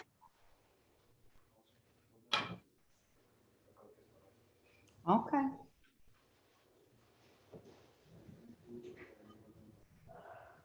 What's the rec in this case, Mr. Nunez or Mr. Martinez? Is there a rec yet or not? yes, Your Honor, there is, it's a reduction and then 10 years TDC, the last time I looked at it in the last, sure. Is that correct, Mr. Nunez? Yes, sir. Okay. And Judge, maybe, I know what we did, basically the same thing on Homero Perez. I think we maybe reduced it a little bit, but I would say I'm okay with making it a match. Making it a what? The match, I think we also had them at Yeah. the same or at 100,000 or something to that effect. Yeah, But I'll give them 100,000 each on both cases. 100,000 on one, 100,000 on the other. Are you okay with that, Mr. Nunez? yes, Your Honor, that's fine. I know you're not okay with that, but this man is just, so I think he's just up to no good. Up to no good, and I think he's gonna be a flight risk. He's gonna be 100,000 each case, no bars, there's gonna be a $10,000 PR, no bars, no drugs, no alcohol, no arrest, no offenses against the state of Texas or any other state. You cannot leave El Paso County unless and until you have my permission, sir. You're gonna report 1 time a week to your PR bond officer. You're going to report for UAs 2 times monthly with 24 hours notice, 9 to 6 a.m. curfew. I think that's it. Judge, I have a question. I just want to confirm something. You're increasing the bond? I'm increasing the bond on 2568, yes. Okay, just making sure. Thank I'm you. decreasing the other 150. Okay, Mr. Trochet, anything else, sir? Nothing further, Your Honor. Very well. Anything else, Mr. Nunez, Mr. Martinez? No, Your Honor. Thank you. You all may be. May I be excused, Your Honor? Thank you. Yes. I'm trying to be consistent with all the co-defendants is what I have to do. Thank you. You may be excused. Have a great day. Thank you, Your Honor. Bye. Okay, the next one is Terrence Matthews. Court calls number 2017-2251. Announcement of council, please. David Nunez for the state, Your Honor. State is ready. Teresa Caballero on behalf of Mr. Matthews, we're ready, Your Honor. Very good. Okay, and Mr. Matthews is in quarantine is what I was told, right? Yes, Your Honor. Okay, so you're gonna waive his presence Yes, Your Honor, I would like to put a little bit of a record on about that. Okay, hang on a second. You're coming back with a lot of feedback. A lot of feedback. I don't know what can she do, Mr. Rick? I really don't know. I think it might be something to do with her microphone. It's not maybe picking her up too well. How about now I'm closer to my machine? It's worse. It's worse. So I'm backing up. Is that better? Back up a little further, a little more, just a little more. How about here? It's the sound. How about now? Ew, it's bad. Ms. Caballero, can you turn your speaker down a little bit? Okay, how about now? No, still bad. How about now? Yeah, it's still coming up. It's still bad, Miss Caballero. Okay, let's proceed. Let's trudge through this. We've got to work through these technical difficulties. Go ahead, Miss Caballero. Mr. Rick, keep an eye on Miss Anita if she can't hear. Okay, I will. Please. Okay, go ahead, Miss Caballero, please. Thank you. I'm sorry about the sound. This is the same machine I used yesterday with this court. I'm not sure what happened.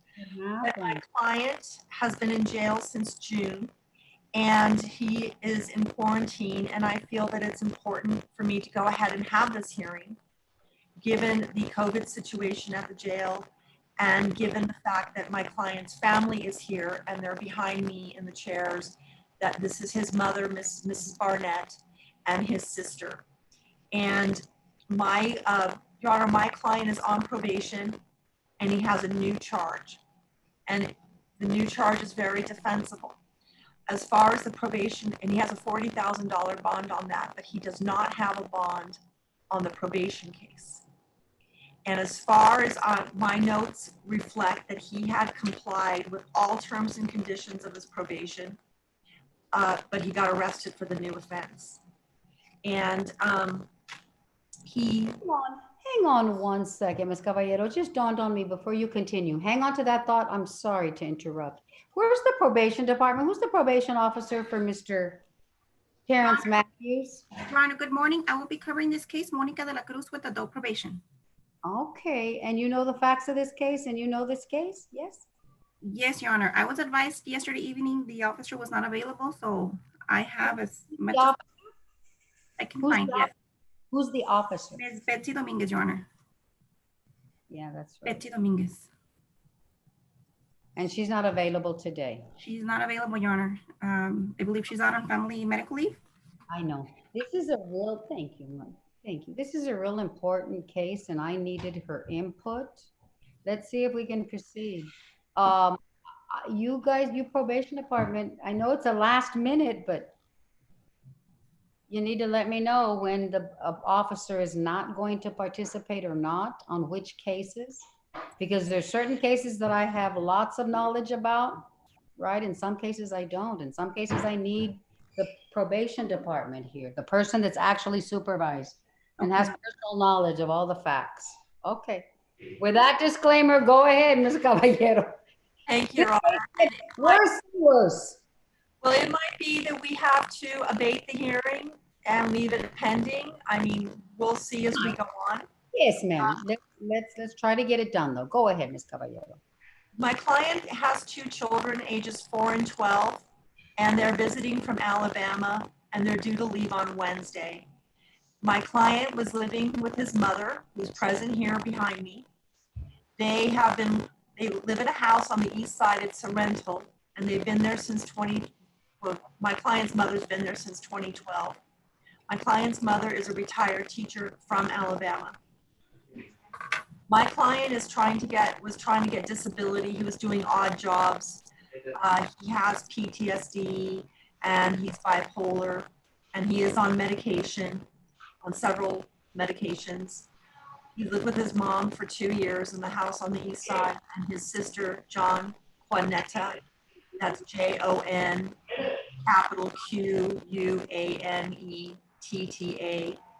He's in her 2nd year at UTEP studying biomedical sciences.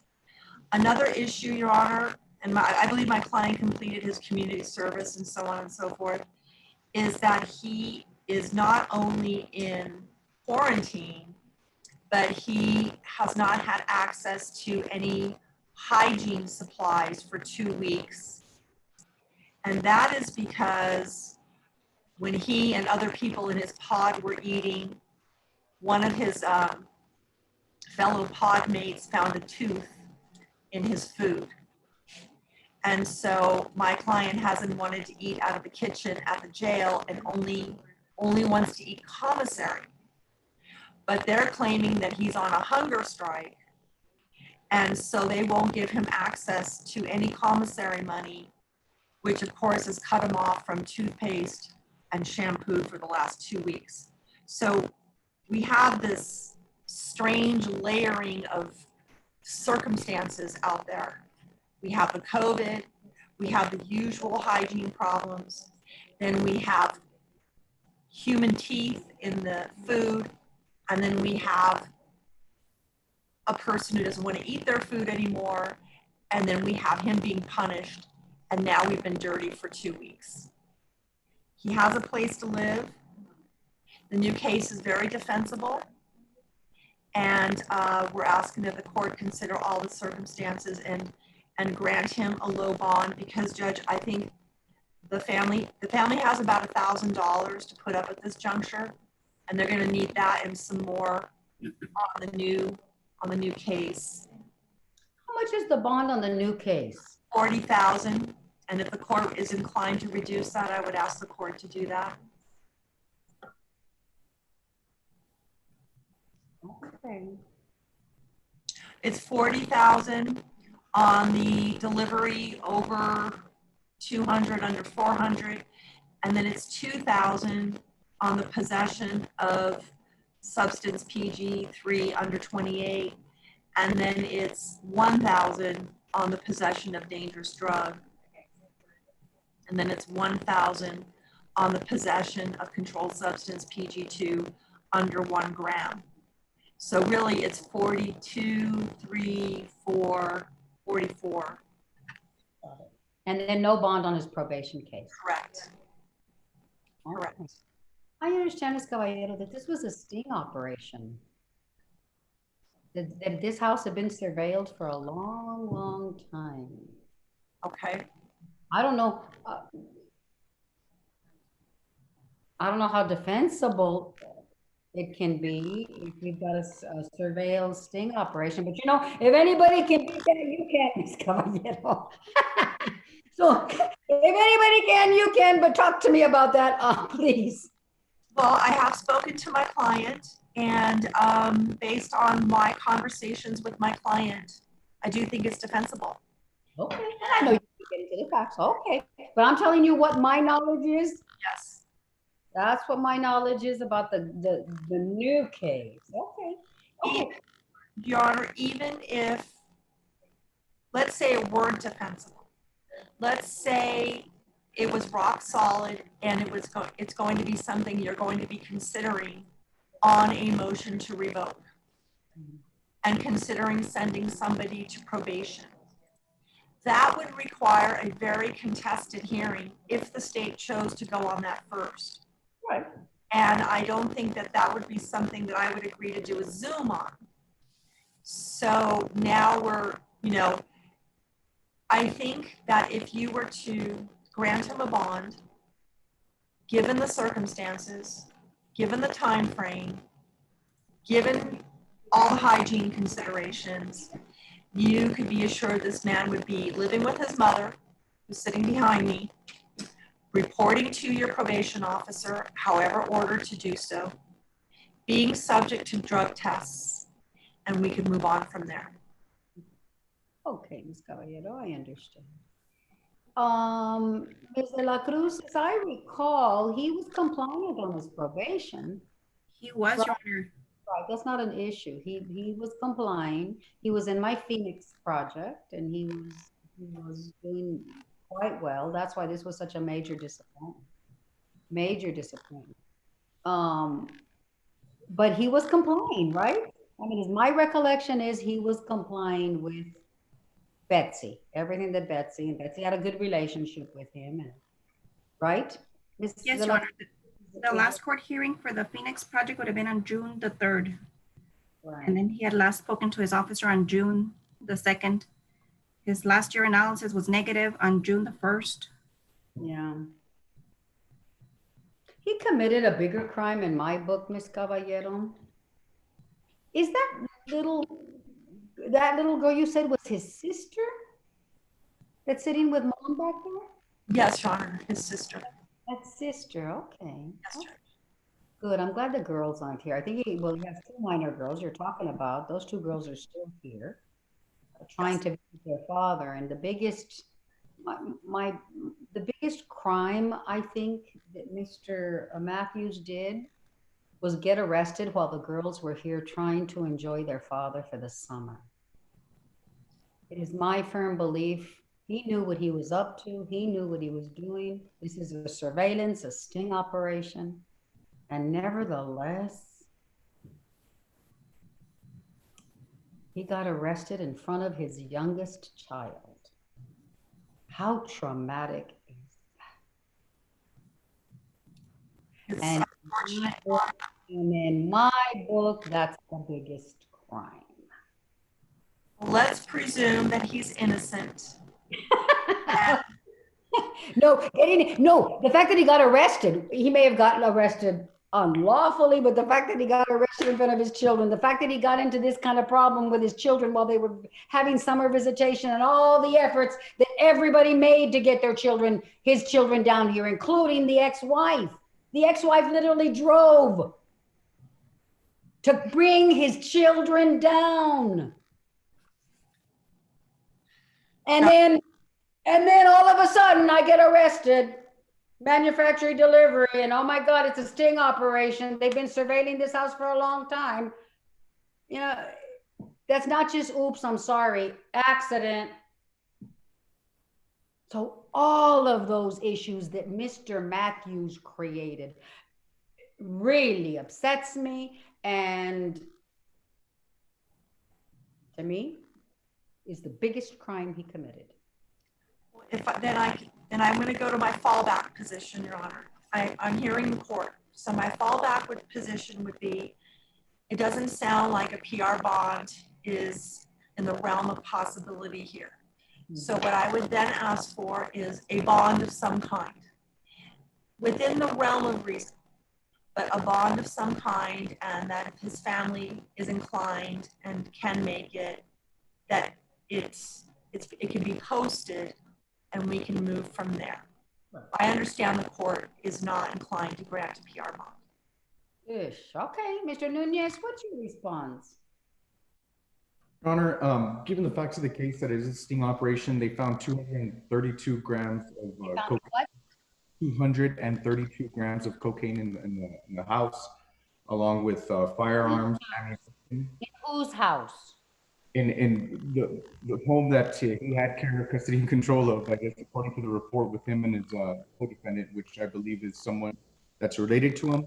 And another. He had 232 grams of cocaine in that home where he brought his children? Yes, among. His mother lived? And yes, where his mother lived? No, Your Honor. No, Your Honor. The mother is a separate address. And I actually want to comment on that as well. I don't think that probation has been able to verify that address for him, because I believe that Mr. Matthews has put his mother's address in, that they haven't been able to verify. I'm confused. Start from the very beginning, because you came in and out, Mr. Nunez. Where was that 232 grams of cocaine found? At the home. At the home they executed the search warrant at, which is 8829 Mount Hagen. The report also says that they found identifying information that would lead them to believe that he was living there or had care, custody, and control of the home. Now, what is the address? What is his mother's address, Ms. Caballero? It is 14235 Rainier Point Drive. Okay. So all this stuff was found in another house, but okay, go ahead, Mr. Nunez. And as I was saying, Judge, they found, along with the cocaine, ammunition, firearms, marijuana, pills, things of that nature. And given the fact that he was already on probation, Judge, I think this is a serious offense, and I don't think the state would oppose any type of bond reduction, especially where it's at now. I think it's more than fair, Judge. Well, there's no bond on his probation case. On the, I'm sorry, I meant the amended delivery case, Your Honor. Okay, I'm talking about the probation case. There's 40K, 44,000 at least on that one, on those cases. There's a no bond on the 2017, so I want to put a bond. I think it's only fair. Yes, Your Honor. Talk to me a little bit about this sting operation, this surveillance. How long had they been surveilling that house, and what attachments do they have to Mr. Matthews? How does this house on Mount Hagen, what connecting? And Your Honor, I don't have access. I tried to look up a search warrant. I could probably find it on Odyssey. I couldn't find it, so I was looking for the affidavit, of course, so I can relay that to you. But I don't have access to it at this point. You're on that house is in the care, custody, and control, I believe, of a relative of my client, a foster, a brother, someone he calls brother, someone the mother has fostered. And, but my client and his children were staying with my mother. Okay, yeah, I'm calming down a little bit. When they said surveillance and sting, I thought it was Mama's house. No, Your Honor. I thought it was Mama's house. Absolutely. I thought it was Mama's house. She's emphatically saying well, no. You know what, Mom? Stuff happens underneath our noses and we have no clue. So I'm not even saying, our children do things that may horrify us one day if we ever find out. But I thought the sting operation and the surveillance was done on Mama's house where he was living and had his children there. Okay, I'm calming down a bit more. I'm happy about the fact that it was another place. Now, Mr. Nunez, I'm not very happy that you don't know the facts about that other case because this is important. Your Honor, I mean, I have the police report. I just don't have the search warrant affidavit because your question was how long had you been surveilling the house? I don't know, but what I do see is that they went to execute the search warrant and that they had stopped him, this defendant, Terrence Matthews, not at the home, but I believe he was, and he got, and they put him on search on traffic warrants. Then they executed the search warrant at the Mount Hagen address, and I believe that's where the other two co-defendants were there. One of those co-defendants, Your Honor, was also involved in this court, and I don't know if you recall, but Mr. Cox was representing Mr. Matthews in a assault family violence case, and we had basically resolved that case. And why that's important because of this complaining witness in that case was also arrested here and is a co-defendant that's allegedly involved in this manufacturer delivery. And all that. There were three people. There were three people: a male, a female, and Matthews. Yes, Your Honor. So that's what I know. I just couldn't tell you, Judge, like what, how long they've been surveilling or anything like that. I don't have that information in front of me at this time. And you can't get the search warrant right now? You can't get a copy of it by chance, or no? I could probably hunt it down on Odyssey, Judge, but it's not attached here to the actual law enforcement report number. So. Okay, Ms. De La Cruz, do you have anything to say about anything? Other than the conversation that the probation officer had, Your Honor, I believe with Mr. Nunez on July 15th, she did inform Mr. Nunez that they conducted several home visits to the address on Rainier Point, but Mr. Matthews is never at the residence. The mom is the one that answers the door. So I believe there's a concern whether he actually does live at 142 Rainier Point Street. Okay, so they do go do home visits. He's never there. No. Does he? Okay, because I'm sure you leave a little card to say, please call, right? Yes. And does he call after? He does, Your Honor. He does report, or the mom notifies him that the officers were there looking for him. But they inform me that they've gone several occasions at 7 in the morning and he's not there. And the last one would have been in February. That was in the afternoon at 8:40 p.m. and he wasn't available as well. At 8:40? I believe, yes, that's what the Curfew violation? That's not a curfew violation, though. that's the time that they made the entry, Your Honor, but that one was also a no response. The lights were on, someone appeared to be inside the residence, but there was no response from anyone. Your Honor, I'm sorry, but my client's mother is saying that everybody was in the house, but my client was asleep on his medication, and I believe she's saying she was. She takes her medication. She's in a walker, Your Honor. Yeah.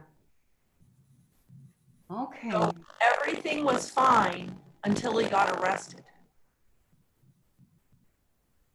Yeah.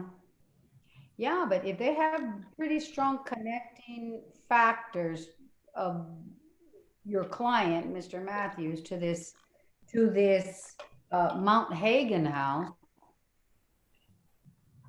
Well, Your Honor, I don't have access to the portal yet, so I haven't seen the search warrant. How many home visits were made, Ms. De La Cruz? You know, I had Mr. Matthews every week. I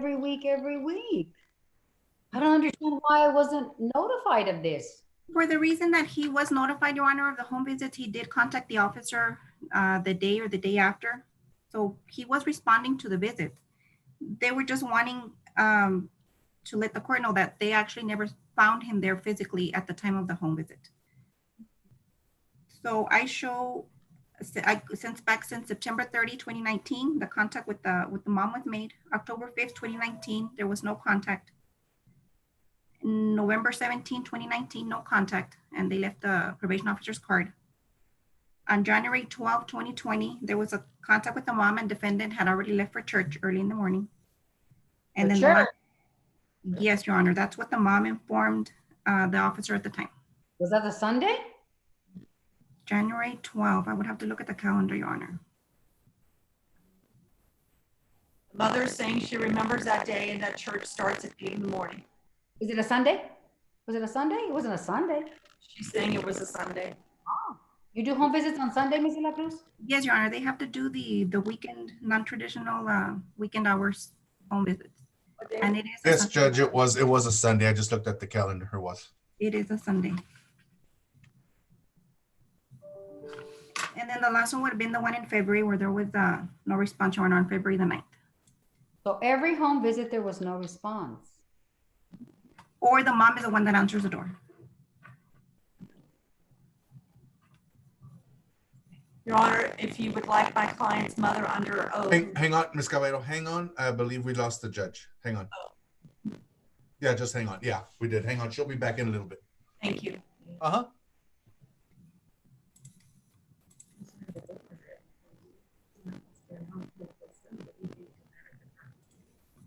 Why would he?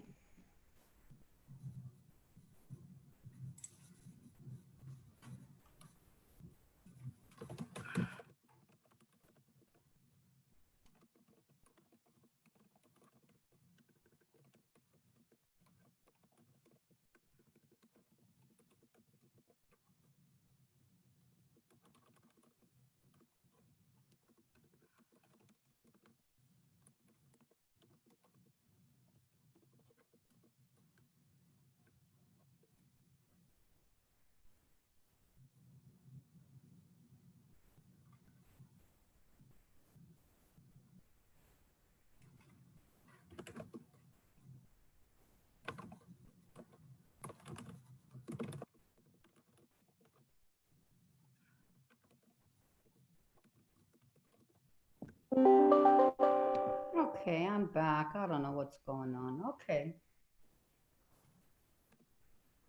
I'm back? Ms. Yes, De La Cruz? Good, okay. Yes. Okay. Ms. De La Cruz? No, I think you answered my questions. Okay. Okay, you want mom to testify, Ms. Caballero? Yes, Your Honor, if that would put the court more at ease. Okay, let's do that.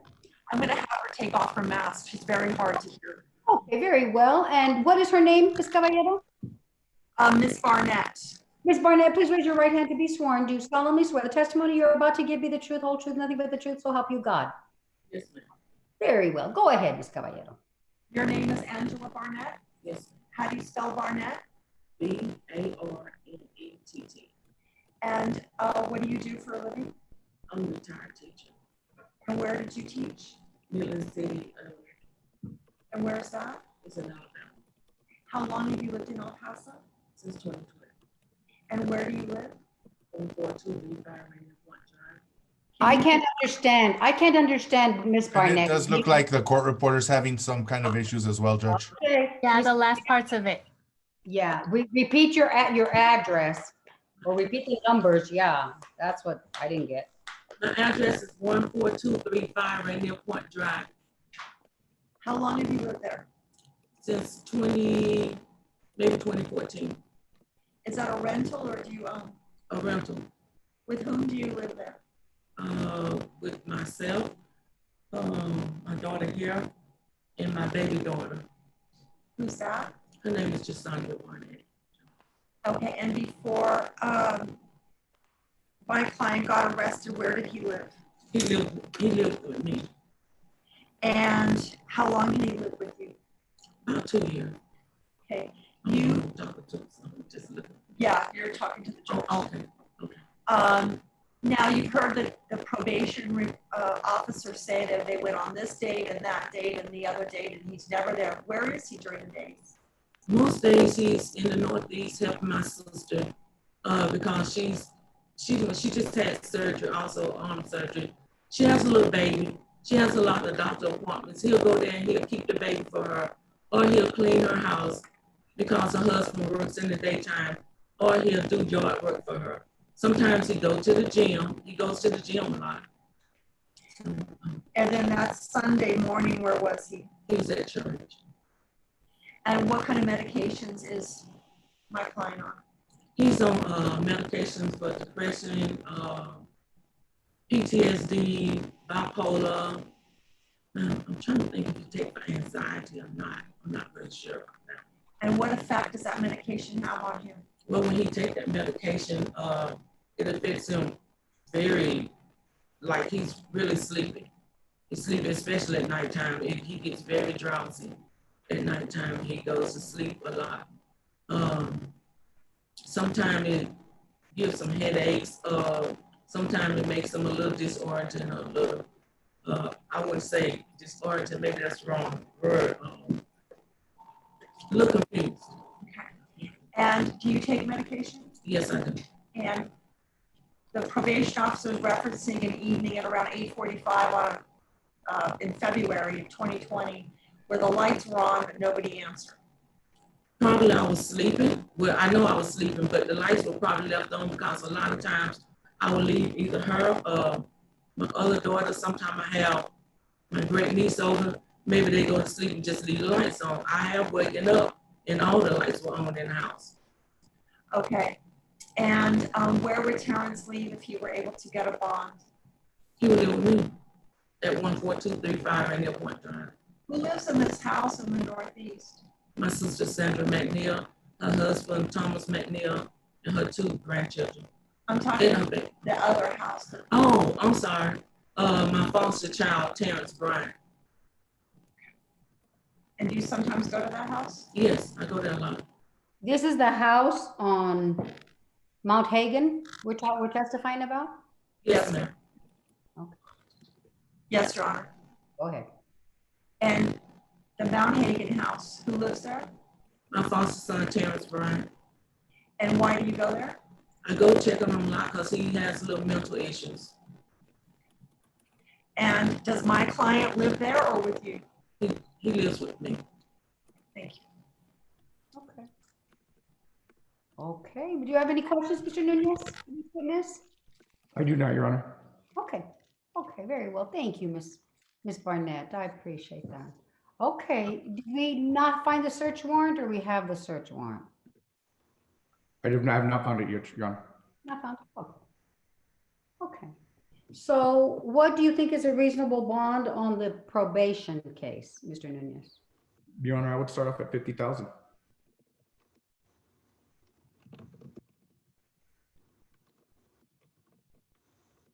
Okay.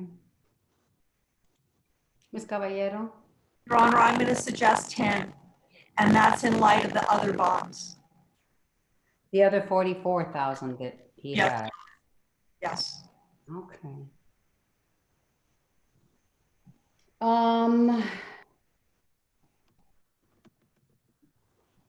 I am going to, I think a bigger concern, let me ask you, Ms. Barnett, you're still under oath. Let me ask you another question, because I try to take care of my people in jail. You know, I put them in there for reasons, but not to be used and abused and not medically taken care of.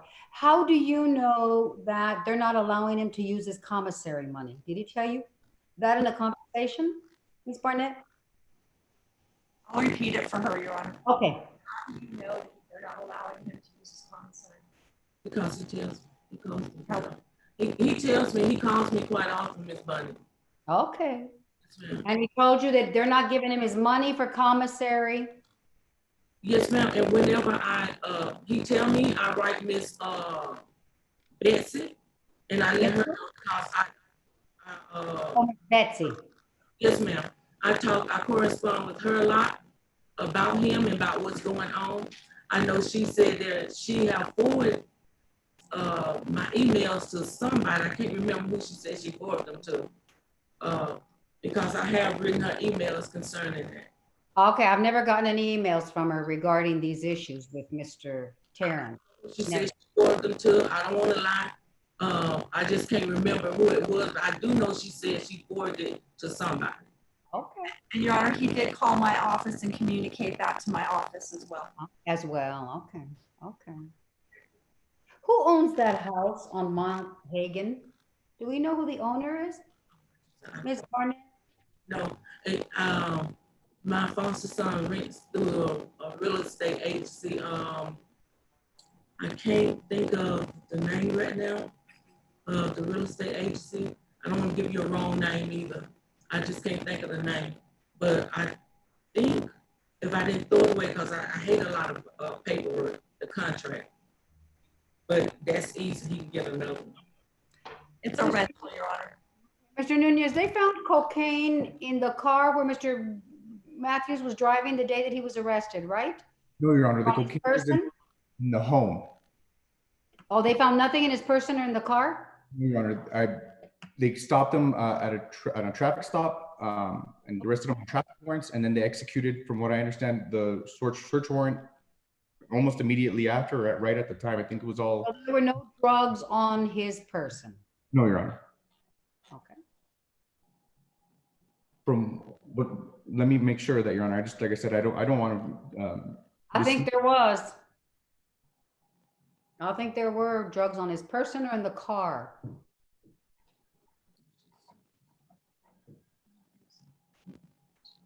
I don't think so, Your Honor. I think the co-defendant, they found some drugs on his person. Okay. One of the possession counts that he has $1,000 bond on wasn't a drug on his person or in the car? Judge, I don't want to speak out of turn, but that's not my memory. Okay. Okay. Mr. Nunez? I'm searching it right now, Judge. I'm still trying to look for that search warrant. And Oh, don't worry about the search warrant. That's okay. What about the complaint affidavit? It's and the reason it's going to be confusing, Judge, because you have to decipher that the other co-defendant is almost has the same last name. Right. So there's that in trying to decipher what all this stuff is. Right, because it's her foster son, or it's her son, right? I don't think it's the same name, Judge. It's a Leonte. Yeah. It's John Kez Leonte Matthews, Judge. That's the other co-defendant, along with Brianna Harris. And that is my client's brother. Yanquez is her brother? My client's brother. Okay, the brother, but a foster child lives there of your client. Yes, ma'am.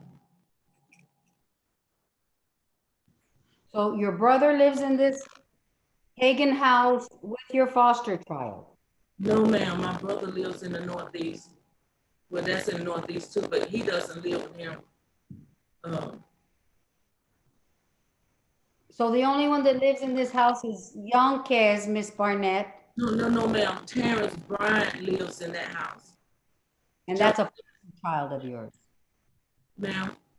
And that's a foster child of yours. Okay. Yes. And what's that person's name? John, the foster child? Terrence Bryant. Terrence Bryant? Yes, ma'am. So, Your Honor, my client is Matthew Terrence, okay? I know. And we have Terrence Bryant. Yeah, there's the confusing part too as well. Okay, we're all a bit confused, but now I'm getting it. Yes, Mr. Nunez. And Your Honor, in the report, it does state, to quote from the report, documentary link to the defendant in the form of a temporary Texas identification card and receipts for dry cleaning and DWI court documents were all located inside the suspected place. And it is important to note that Mr. Matthews has been convicted of DWI twice before, I think within the last 3 to 4 years. Your Honor, if I may, what we didn't hear in that statement was what the documentary links stated. My client's mother, Ms. Barnett, is saying that she has gone there to check on her foster son, and she has gone there with documents in her hands and has left documents there, that she's there in that house a lot. So are the addresses on these documents the Mount Hogan address, or are they my client's mother's address? Yeah, I agree with you. The connection may be a little bit tenuous. It may be a little bit tenuous. Your Honor, my notes indicate that my client was stopped, that he was on his way to JCPenney's with his daughter, and they claimed that they said they smelled marijuana, that they claimed he was speeding. He denies that. Anyway, they asked him for permission to search, and supposedly he says yes. He doesn't see that they find anything, but that they told him they found dope. They drove him past the Pebble Hill station, and they said they were taking him to the Northeast station. They served him with a search warrant for the search of the house. And he says that he doesn't live there, that's not his house. And that the truck he happened to be driving that way that day is a rental, and it was under his sister's name. So my client lives at 14235 Rainier Point with his mother, and he was staying there with his kids. And I'm telling you, this case is very defensible. I question these links to this house. Right. I kind of agree. Why was he in a rental car? Holy moly. That, I don't know. Why were they in a rental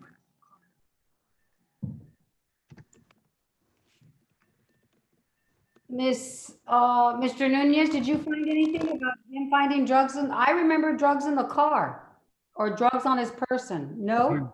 To read from the report, I have it right here, Judge. Give me 1 second. We have 4 minutes, then we're going to have to get off. We have continued surveillance, Your Honor. Officers observed the defendant at the suspected place having care custody control and closing the door freely and closing the front door before leaving the suspected place. Upon the defendant leaving the suspected place, mobile surveillance was conducted on the defendant. Officers, having prior knowledge of the defendant's outstanding misdemeanor warrants, conducted a traffic stop on the defendant at the 2200 block of North Yarborough for traveling 80 in a 65-mile-per-hour zone. Officers obtained positive identification on the defendant and confirmed the outstanding warrants.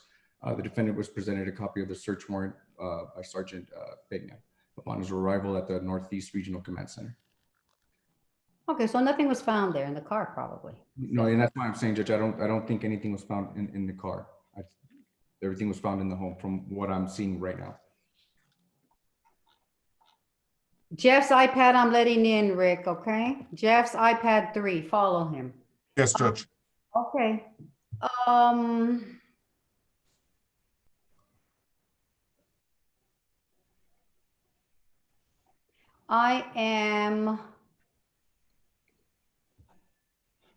going to impose a 40,000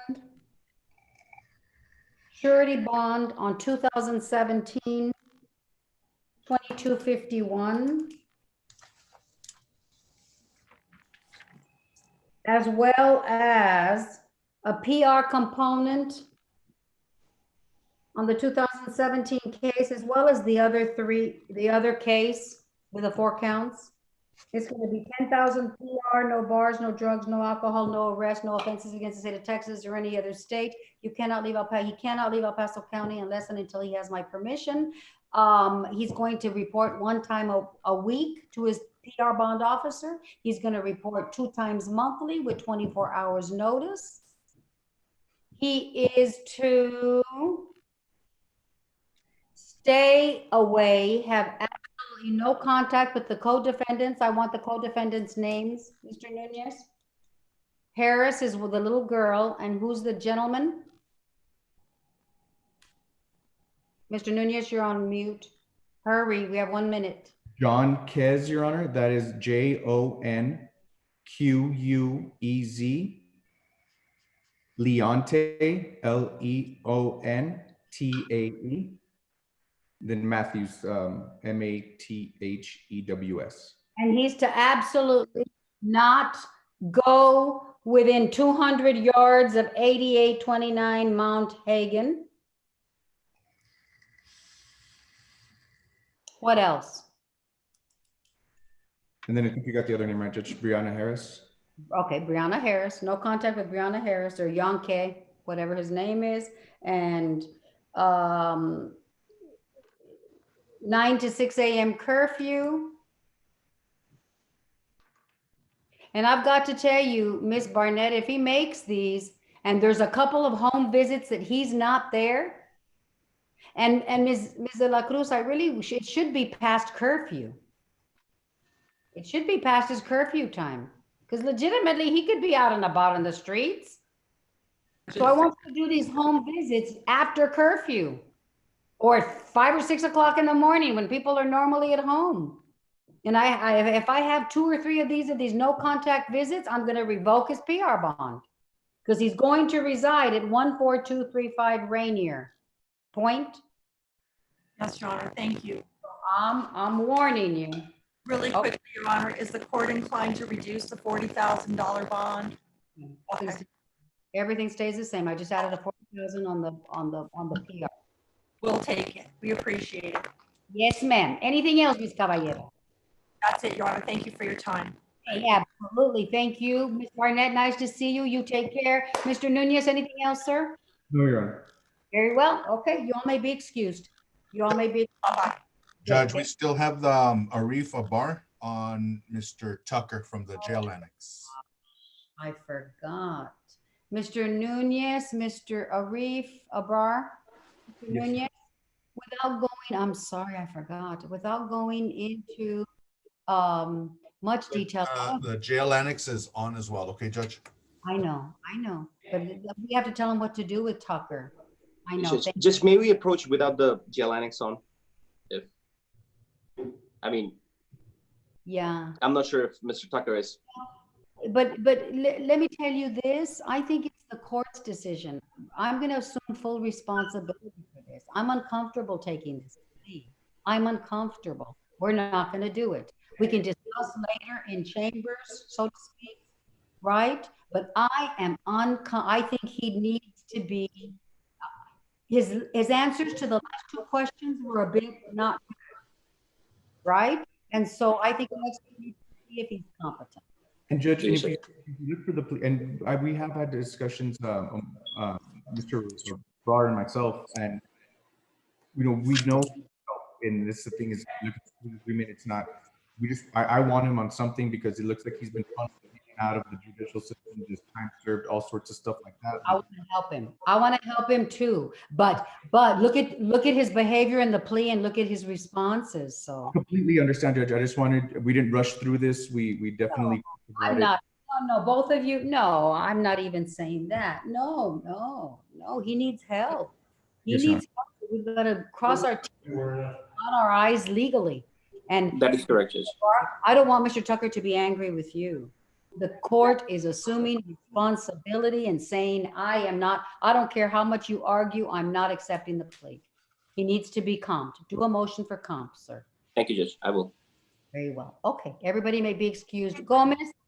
Tell Mr. Tucker that to blame the judge, it is the judge who is saying, I am not comfortable accepting his plea.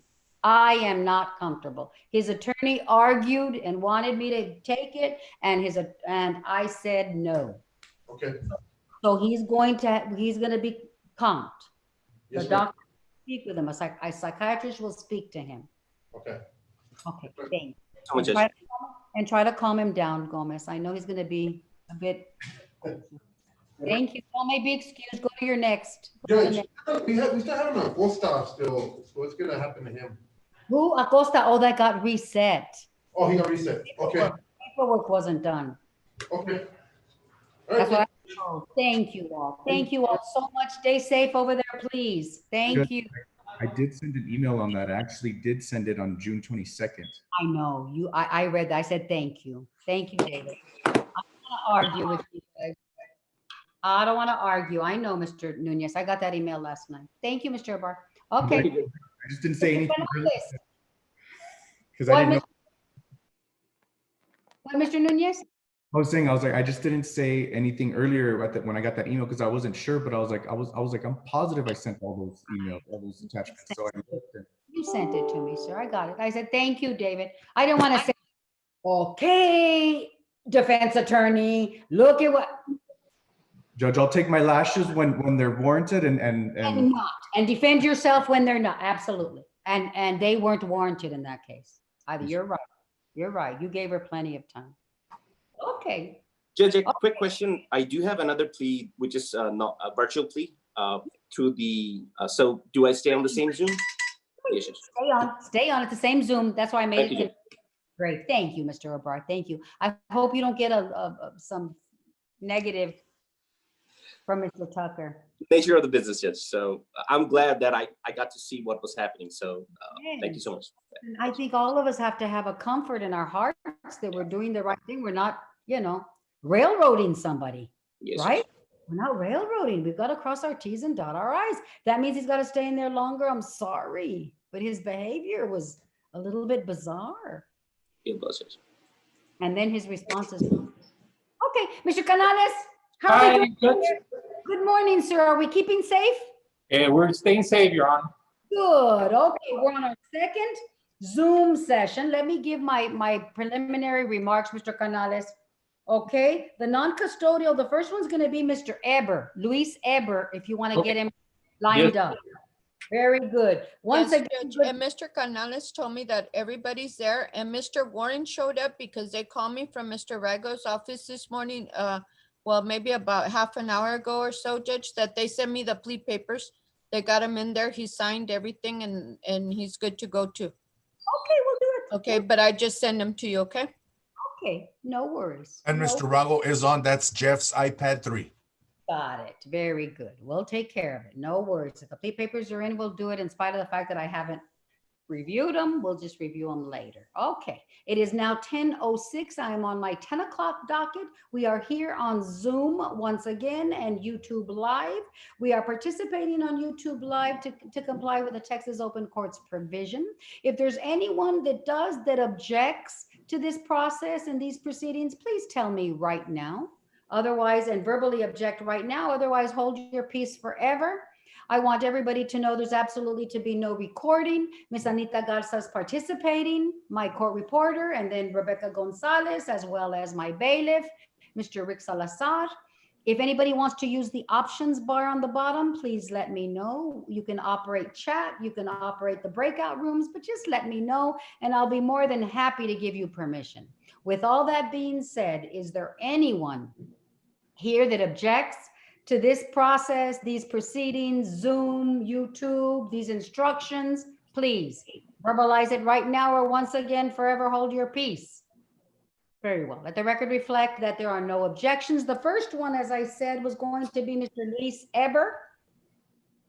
Mr. Mario Saroldi Ortiz, you are present. At this time, court calls cause number 2018-3340. Luis Eber, announcement of council, please. David Nunez for the state, Your Honor. State is ready. Mario Ortiz Aroldi on behalf of Mr. Eber, Your Honor, we're ready. Very well. Mr. Eber, good morning. Am I pronouncing your name right or is it Eber? It's Eber. Eber. Yes, it's right. You're very good, sir. Mr. Eber, how are you today? Doing good. Thank you. Good, sir. Do you see and recognize your attorney, Mr. Ortiz Saroldi, on the screen? Do you Yes, I recognize? see him. Waving. Very good. Mr. Saroldi, do you see and recognize your client, Mr. Eber, as the defendant in this case? Yes, Your Honor. Very well. Okay, Mr. Eber, I want you to raise your right hand to be sworn, sir. Do you solemnly swear the testimony you're about to give, be the truth, whole truth, nothing but the truth, so help you God? Yes, Your Honor. Lower your hand, sir. I need your full name, please. Eber Luis, Date of birth. 11/1/1993, Where were you born? El Paso, Texas. And you are here represented by Mr. Ortiz Saroldi, correct? Correct. Yes, Mr. Ortiz Saroldi, do you waive formal arraignment in this case? We do, Your Honor. Any reason to believe your client is not competent to enter into this plea here today? No, Your Honor. I need to ask you, Mr. Eber, have you ever been found incompetent by a court of law or by a doctor? No, Your Honor.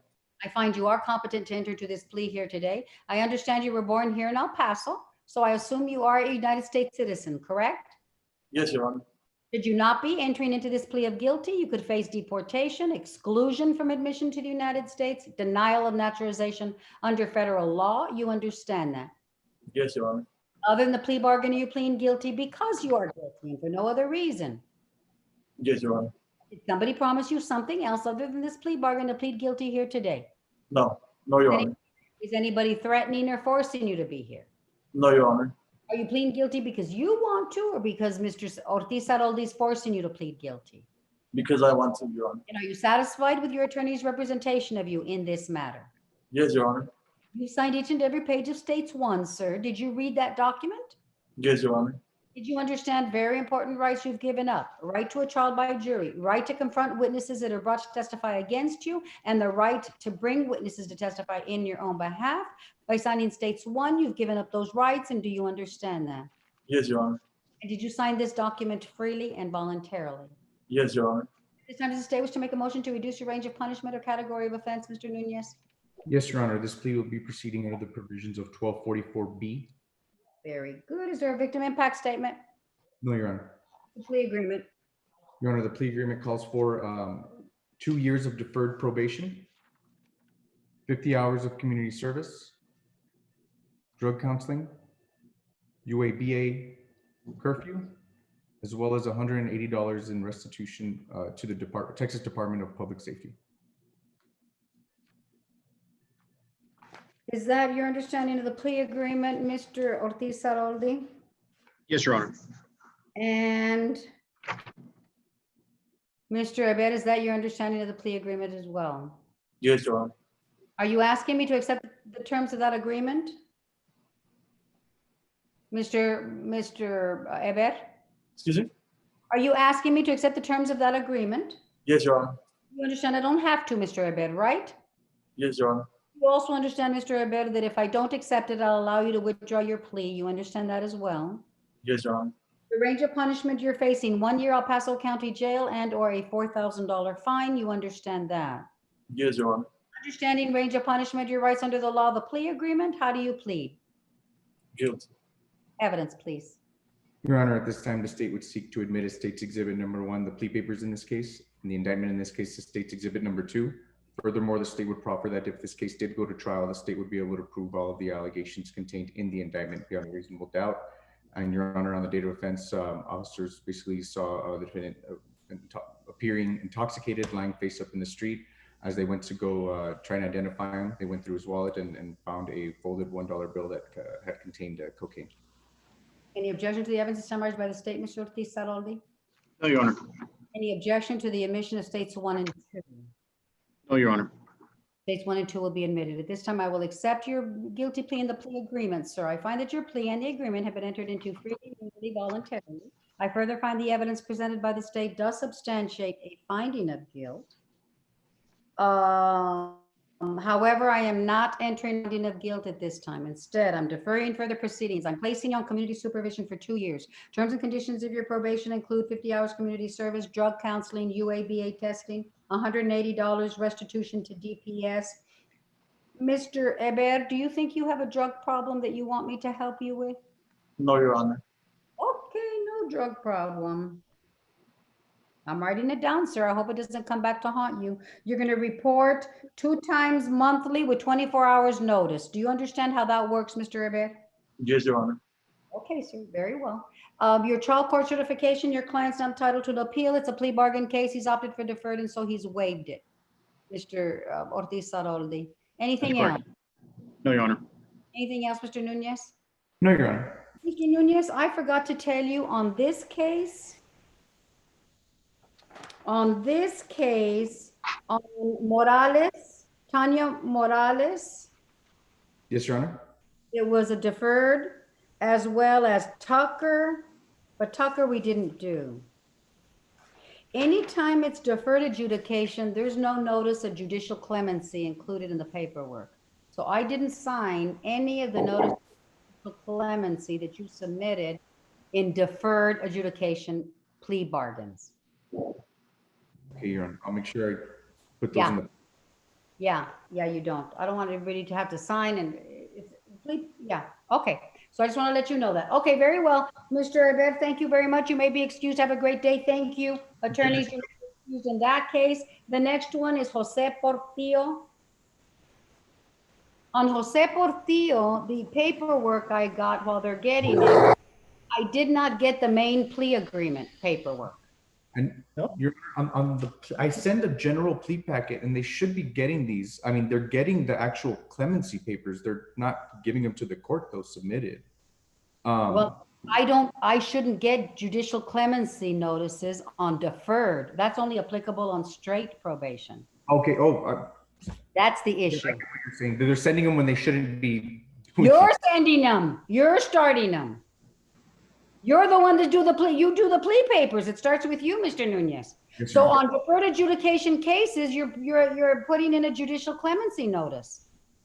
And that's only applicable in straight probation cases. Yes, Your Honor. Okay. Now the second one, the issue here, I don't have the plea papers on Portillo. Judge, I'm looking at the email I sent. The file is included, but if you want to, I'll just resend it right away. But I looked at yours, sir. I didn't get the main plea papers. I got the trial court certification and I got something else, but I did not get the main plea paper. So what is the plea agreement in this case before we get on? 1244A, Judge, 1 day credit for time served. Okay, 44A credit for time served. Okay. Judge, would you like me to email it to you right now? Because go ahead. Yes, please. So I can have it because I got it from yours, sir, and I just got 2 attachments and 2 images. It was not in either of the attachments. And I'm looking at it and it has the file. I don't know what happened, Judge, but I'm just emailing it again. You send it again. Okay. We're on the record 2019-1576. Jose Portillo, announcement of council, please. David Nunez for the state. Your Honor, state is ready. Rene Vasquez for the defense. We're ready, Your Honor. Very well. Do you see and recognize your client as a defendant in this case, Mr. Vasquez? Yes, Your Honor. And Mr. Portillo, do you see and recognize your attorney, Mr. Vasquez? Yes, ma'am. Very well. Let the record reflect that both have identified each other. Mr. Portillo, please raise your right hand to be sworn. Do you solemnly swear the testimony you're about to give be the truth, whole truth, nothing but the truth, so help you God? Yes, Your Honor. Lower your hand, sir. I need your full name, please. Jose Aaron Portillo. Hang on a second. Is probation participating in this? Mr. Torres, are you here for Probation? For all the cases for Artemio? No, it's me, Your Honor, Monica de la Cruz. Very good. Okay, I just want to make sure. Okay. Okay, I need your full name again, Mr. Portillo. Jose Aaron Portillo, Date of birth. August 26, 1997, And where were you born? Chicago, Illinois. And you are here represented by Mr. Vasquez, right? Yes, ma'am. Mr. Vasquez, you waive formal arraignment. I do, Your Honor. Any reason to believe your client is not competent to enter into this plea here today? No, Your Honor. I need to ask you, Mr. Portillo, have you ever been found incompetent by a court of law or by a doctor? No, ma'am. I find you are competent to enter into this plea here today. I understand you were born in Illinois, so I assume you are a United States citizen. Yes, ma'am. Did you not be entering into this plea of guilty? You could face deportation, exclusion from admission to the United States, denial of naturalization under federal law. You understand that, sir? Yes, ma'am. Other than the plea bargain, are you pleading guilty because you are guilty, for no other reason? Yes, ma'am. Somebody promised you something else other than this plea bargain to plead guilty here today? Yes, ma'am. Did somebody promise you something else other than? No, ma'am. Sorry, I wasn't really able to hear you. I understand. Is anybody threatening or forcing you to be here? No, ma'am. Are you pleading guilty because you want to, or is Mr. Vasquez forcing you? Because I want to. Are you satisfied with Mr. Vasquez's representation of you? Yes, ma'am. Very. Good, sir. He's a good attorney. Thank you. You've signed each and every page of States 1. Did you read that document? Document 1, you said? States 1, yes, sir. Yes, I signed. Yes, I signed everything I needed to. Okay, and did you read it and understand it? Yes, ma'am. My lawyer read it to me and explained it to me. Good. You understand you've given up rights incident to this proceeding? The right to have a jury trial, the right to bring witnesses to testify in your own behalf, the witnesses to confront, the right to confront those that are brought to testify against you. You understand you've given up all those rights by signing States 1, correct? Yes, ma'am. And did you sign this document freely and voluntarily? Yes, ma'am. This time, does the state wish to make a motion to reduce your range of punishment or category of offense, Mr. Nunez? Yes, Your Honor, this plea will be proceeding under the provisions of 1244A. 1244A, very well. Is no victim impact statement. What's the plea agreement? Your Honor, the plea agreement is 1 day confinement of Paso County Jail, time served. Is that your understanding of the plea agreement, Mr. Vasquez, first? Yes, Your Honor. And Mr. Portillo, is that your understanding of the plea agreement as well? Yes, Your Honor. Are you asking me to accept that agreement, Mr. Portillo? Yes, Your Honor. You understand I don't have to, right, Mr. Portillo? Yes, Your Honor. You also understand if I don't, I'll allow you to withdraw your plea, Mr. Portillo, correct? Yes, Your Honor. The range of punishment you're facing is not more than 1 year El Paso County Jail and or a $4,000 fine. You understand that? Yes, Your Honor. Understanding range of punishment, rights under the law. The plea agreement, sir, how do you plead? Guilty. Evidence, please.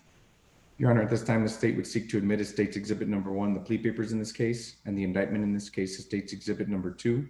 Furthermore, the state would proffer that if this case did go to trial, the state would be able to prove all of the allegations contained in the indictment beyond a reasonable doubt. Your Honor, this all arose because from a traffic stop for an expired registration, officers approached the vehicle and smelled the odor of marijuana. They asked for consent to search, and they got consent to search, and that's where they discovered a small glass vape cartridge containing THC in the driver's side door panel. Any objection to the evidence as summarized by the state, Mr. Vasquez? No, Your Honor. Any objection to the admission of States 1 and 2, Mr. Vasquez? No, Your Honor. States 1 and 2 will be admitted. At this time, I will accept your guilty plea in the plea agreement, Mr. Portillo. I find that your plea and the agreement have been entered into freely, knowingly, voluntarily. I further find the evidence presented by the state does substantiate a finding of guilt.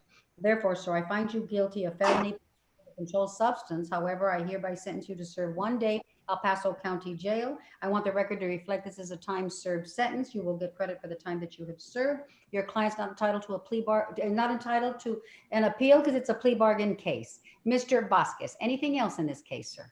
No, Your Honor, nothing. Anything else, Mr. Nunez? No, Your Honor. Thank you very much. You all may be excused. Have a great day. Good luck to you, Mr. Portillo. Thank you, Your Honor. Have a great day. You too, sir. You have a great day too. Stay safe. God bless you. Yes. I have another one, Judge. Oh, you have another one. Which other one do you have? Vicente Santaella, Judge. Okay, I didn't get the paperwork on that, but Becky did send it to me. What's the plea agreement on that? 5 years straight probation, Judge. Got it. Okay. At this time, court calls cause number 2020-1693, the state of Texas versus Vicente Santaella. Announcement of council, please. David Nunez for the state, Your Honor. State is ready. René Vasquez for the defense. We're ready, Your Honor. Very well. Is that Mr. Santaella? Do you see and recognize Mr. Santaella? Can't really, I don't think that's not him, Judge. I'm sorry, Your Honor. Let me go ahead and bring Mr. Santaella. Yes, sir. Thank you. I think with these cases, when it's virtual, I think I'm not going to let you take care of all your cases because they have the docket and they have them lined up. Yeah, Oh, okay, Judge, good. that's what I was going to tell you. He was going to have them in order. Right, right. So I'm not going to do that anymore. I'll do it with this one, Mr. Vasquez, okay? But from now on, we're going to follow the list because he has listed, and they go to the car to get them. Okay, I understand, Judge. No, I didn't know, Judge. Yes. I know. That's okay, sir. We're all learning. We're all learning. This is a new and improved process. Yes, Judge. New and improved, and it improves every day, supposedly. I don't know. I'm tired of feeling like I'm 20 minutes on the job and I don't know what the heck we're doing, right? Well, there's always a new obstacle. Every day we have a different problem. So we're trying to fix it. Okay, next time I'm not going to do that. I know. For example, I know that in this case, I had a lot of issues with the signatures. Now I learned a different process to do it. That's why you get like different emails. But now I learned a way to do it. So I hope I'm not going to make the same mistake. I know, Mr. Vasquez. Mr. Santaella, is that you, sir? Yes, ma'am. Very well. So do you see and recognize your attorney on the screen? I do. Very good. And Mr. Vasquez, do you see and recognize your client as the defendant in this case? I do, Judge. Very good. Okay, Mr. Santaella, please raise your right hand to be sworn. The testimony you're about to give, be the truth, whole truth, nothing but the truth. So help you God. Yes, ma'am. Lower your hand. I need your full name, sir. Vicente Ricardo Santaella. Date of birth, sir. July 3rd, 1987. And where were you born? San Juan, Puerto Rico. And you are here represented by Mr. Vasquez, correct? Yes, ma'am. Mr. Vasquez, I'm sorry, it broke out.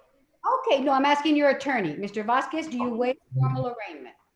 I do, Judge. Any reason to believe your client is not competent to enter into this plea, Mr. Vasquez? No, Your Honor. Mr. Santaella, I need to ask you, sir, have you ever been found incompetent by a court of law or by a doctor? No, ma'am. I find you are competent to enter into this plea here today. I understand you were born in Puerto Rico, so Yes. I assume you are a United States citizen, correct? Yes, ma'am. Should you not be entering into this plea of guilty, you could face deportation, exclusion from admission to the United States, denial of naturalization under federal law. You understand that? Yes, ma'am. Other than the plea bargain, you're pleading guilty because you are guilty and for no other reason. Yes, ma'am. Did somebody promise you something else other than this plea bargain to plead guilty here today? No, ma'am. Is anybody threatening, forcing you to be here? No, ma'am.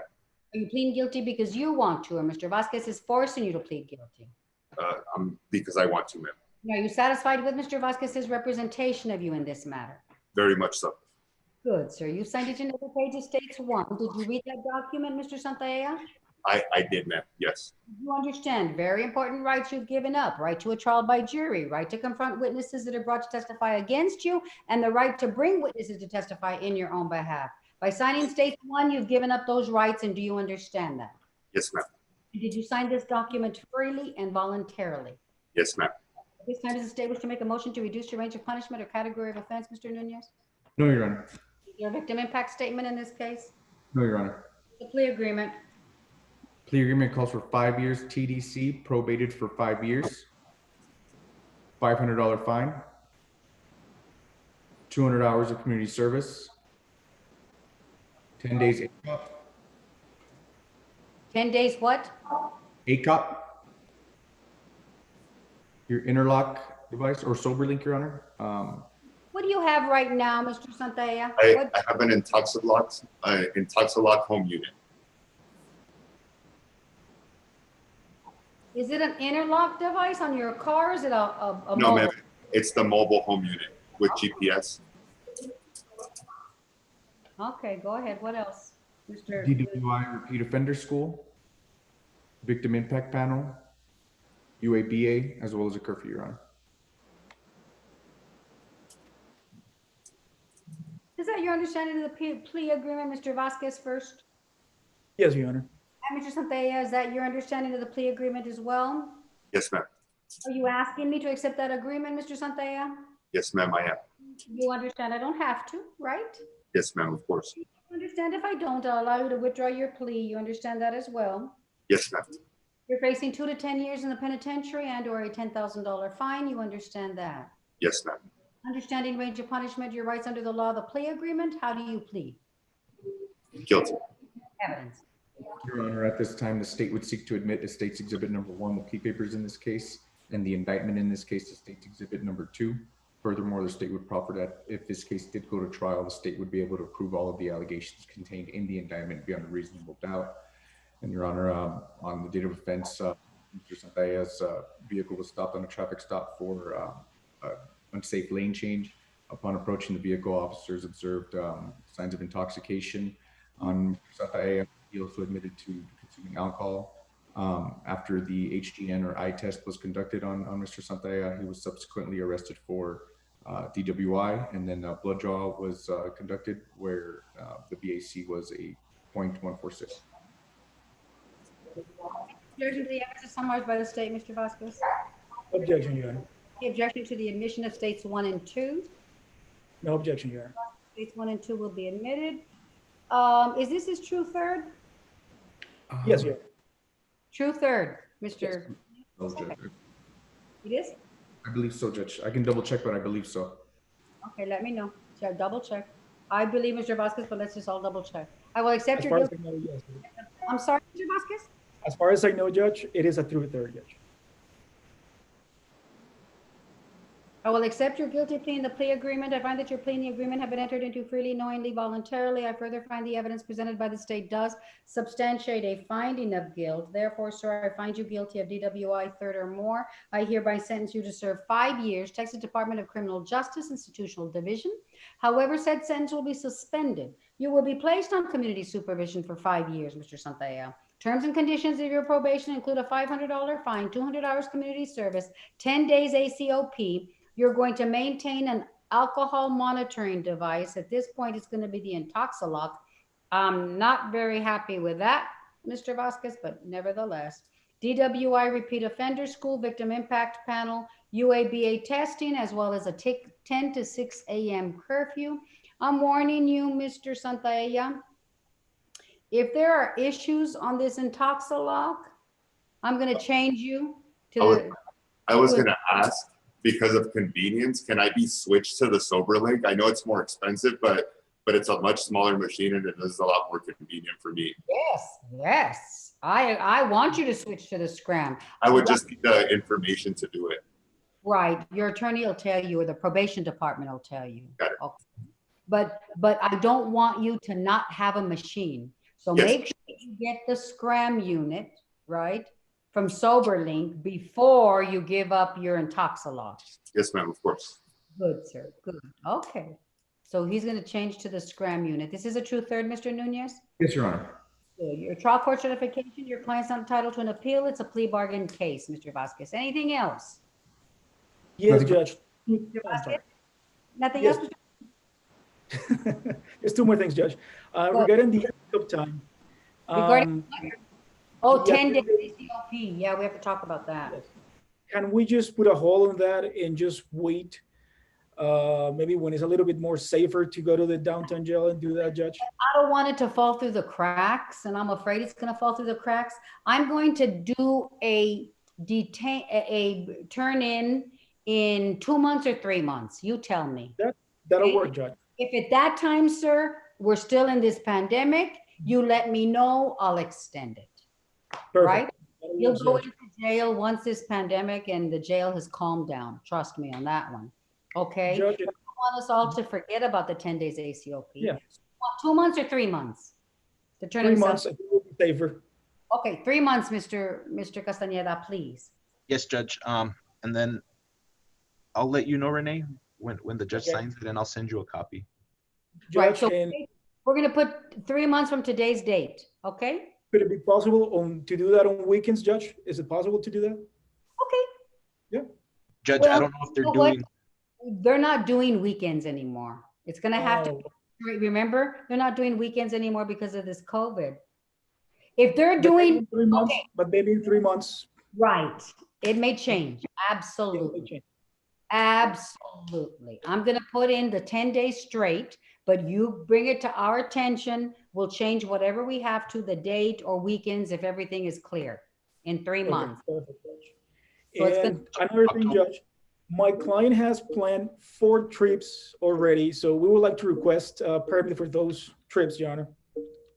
Okay. You know, so long as he's compliant, when are his 4 trips? Well, we have one in August for to Kerrville, Texas. We have another one in August, by the end of August, to Tucson, Arizona. We have another one for November to Albuquerque, New Mexico, and one for next year, June 27th to Orlando, Florida, Judge. Okay, this is what I'm going to tell you, sir. Okay, I'm not going to give him permission for all those 4 right now because he could get non-compliant. But let's let's take August. For August, you're okay to go, sir. I'm going to allow you to travel, Mr. Santaella, so long as you are compliant and you do that everything I ask you to do. Yes, ma'am, of course. Okay, sir, so know that you'll be able to go to Albuquerque in November and next year, June, if you're compliant, sir. Yes, ma'am, of course. So August is good for now. Probation Department, note that. Mr. Castañeda, did you have a question? Yes, Judge. I just wanted to know at what time did you want him to turn himself in? 12 noon, 3 months from now. Okay, and the date is October 17th. You got it. Okay. Mr. Vasquez, anything else, sir? No, Judge, that's it. Very well. Mr. Nunez, anything else? No, Your Honor. Thank you. You all may be excused. Have a great day. Mr. Santaella, good luck to you, sir. Thank you, ma'am. Yes, sir. Okay, the next one is James Allen Warren. Mr. Canales, where are you?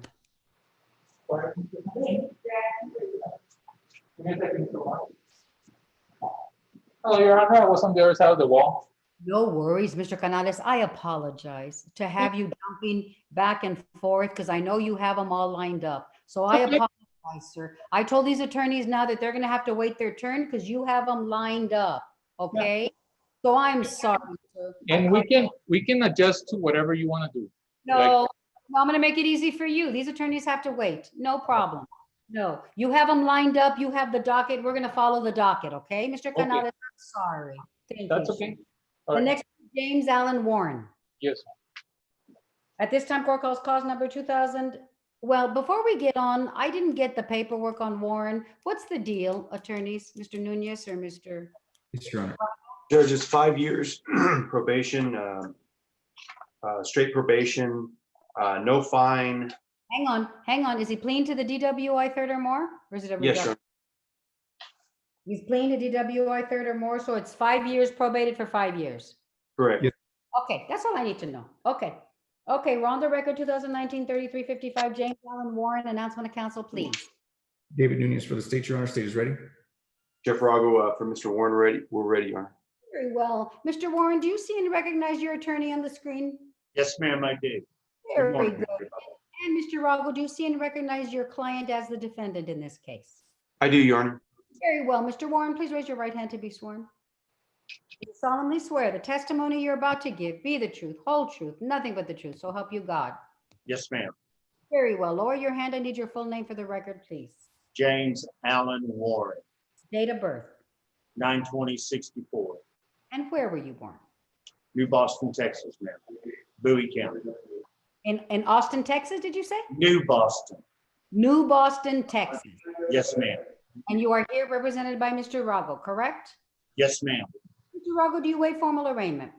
We do, Your Honor. Any reason to believe your client is not competent to enter into this plea here today, Mr. Rago? None at all. Mr. Warren, I need to ask you, sir, have you ever been found incompetent by a court of law or by a doctor? No, ma'am.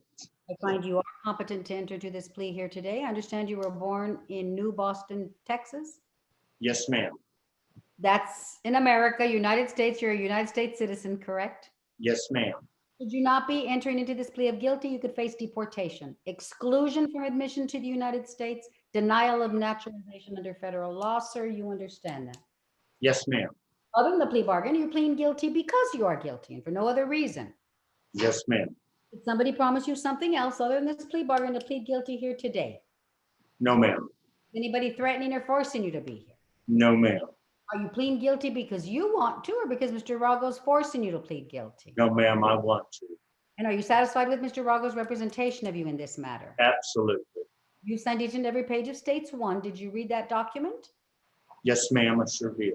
Did you understand very important rights you've given up? Right to a trial by jury, right to confront witnesses that are brought to testify against you, and the right to bring witnesses to testify in your own behalf. By signing Yes. States 1, you've given up those rights. And you understand that. Yes, ma'am. You've given up those rights. Yes, ma'am. And did you sign this document freely and voluntarily? Yes, ma'am, I did. Thank you. At this time, does the state wish to make a motion to reduce your range of punishment or category of offense? No, Your Honor. A victim impact statement? No, Your Honor. It's a plea agreement. Your Honor, the plea agreement calls for 5 years confinement, 5 years TDC, probated for 5 years, 100 hours of community service, 10 days ACOP. Actually, that's the old rec, David. It's no community service and no fine. Okay, that's from you and Mr. Martinez? Yes, that's correct. Okay, then no community service, Your Honor. 10 days ACOP, SoberLink, DWI repeat offender school, victim impact panel, UABA, as well as a curfew.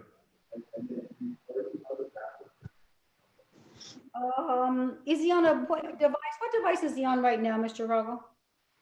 Judge, I'm not sure. I know he's on, I think it's a handheld. Mr. Warren, what device are you on?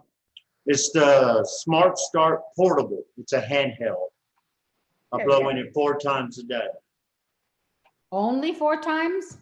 And it goes off at 5 p.m., 10 p.m., 5 in the morning, and 12 noon. Okay, so you're gonna do 6 times. I don't know how you got away with 4 times. Everybody in my court tests 6 times a day. So we're gonna change that. Okay, is that your understanding of the pay agreement, Mr. Rago? It is, Your Honor. And Mr. Warren, is that your understanding of the plea agreement as well? Yes, ma'am. Are you asking me to accept it, sir? Yes, ma'am. You understand I don't have to accept it, right? Absolutely. I most certainly do. And you understand if I don't, I'll allow you to withdraw your plea. Do you understand that as well? Yes, ma'am. Range of punishment you're facing is 2 to 10 years in the penitentiary and or a $10,000 fine. You understand that, sir? Yes, ma'am, I do. Understanding range of punishment, your rights under the law, the plea agreement, sir, how do you plead? Guilty. Evidence. Your Honor, at this time, the state would seek to admit as State's exhibit number 1, the plea papers in this case, the indictment in this case, is exhibit number 2. Furthermore, the state would proffer that if this case did go to trial, the state would be able to prove all of the allegations contained in the indictment beyond a reasonable doubt. And Your Honor, on the date of offense, officers were just dispatched to a motor vehicle accident, and they found that Mr. Warren sitting in the driver's seat of a blue F-150 Ford. In the driver's seat with what? Of a blue Ford F-150, Your Honor. Defendant admitted to rear-ending the other vehicle involved and noticed the smell of alcohol coming from defendant's person. When asked how much he had to drink, the defendant admitted to drinking beer. After SFSTs were conducted, what? After the field sobriety tests were conducted, Your No, Honor. admitted to drinking how many beers? 1 beer. Go ahead. Yes, Your Honor. And after the field sobriety tests were conducted, he was subsequently and submitted to a breath sample where You have to just repeat what you said. yes, Your Honor. Defendant was arrested, and then the breath sample back to a 0.214. Zero. Okay, hang on. Stop. Ms. Anita, you can't hear. What's happening in this virtual plea? Right. What's happening at the virtual plea center? There's a lot of noise back there and we can't hear Mr. Canales. Sorry, Your Honor, we make sure everybody stays quiet. There's a lot of noise and poor Mr. Warren can't hear a darn thing. He's struggling. I can see that, Mr. Warren. Mr. Canales, you need to calm everybody down there, sir. Yes, Your Honor. Mr. Warren, are you okay now? Yes, ma'am. I did. Thank you, because it was. Yes, it was distressing for you. It was distressing for me, and nobody could be more distressed than my court reporter. So continue with a summary, Mr. Nunez. Yes, Your Honor.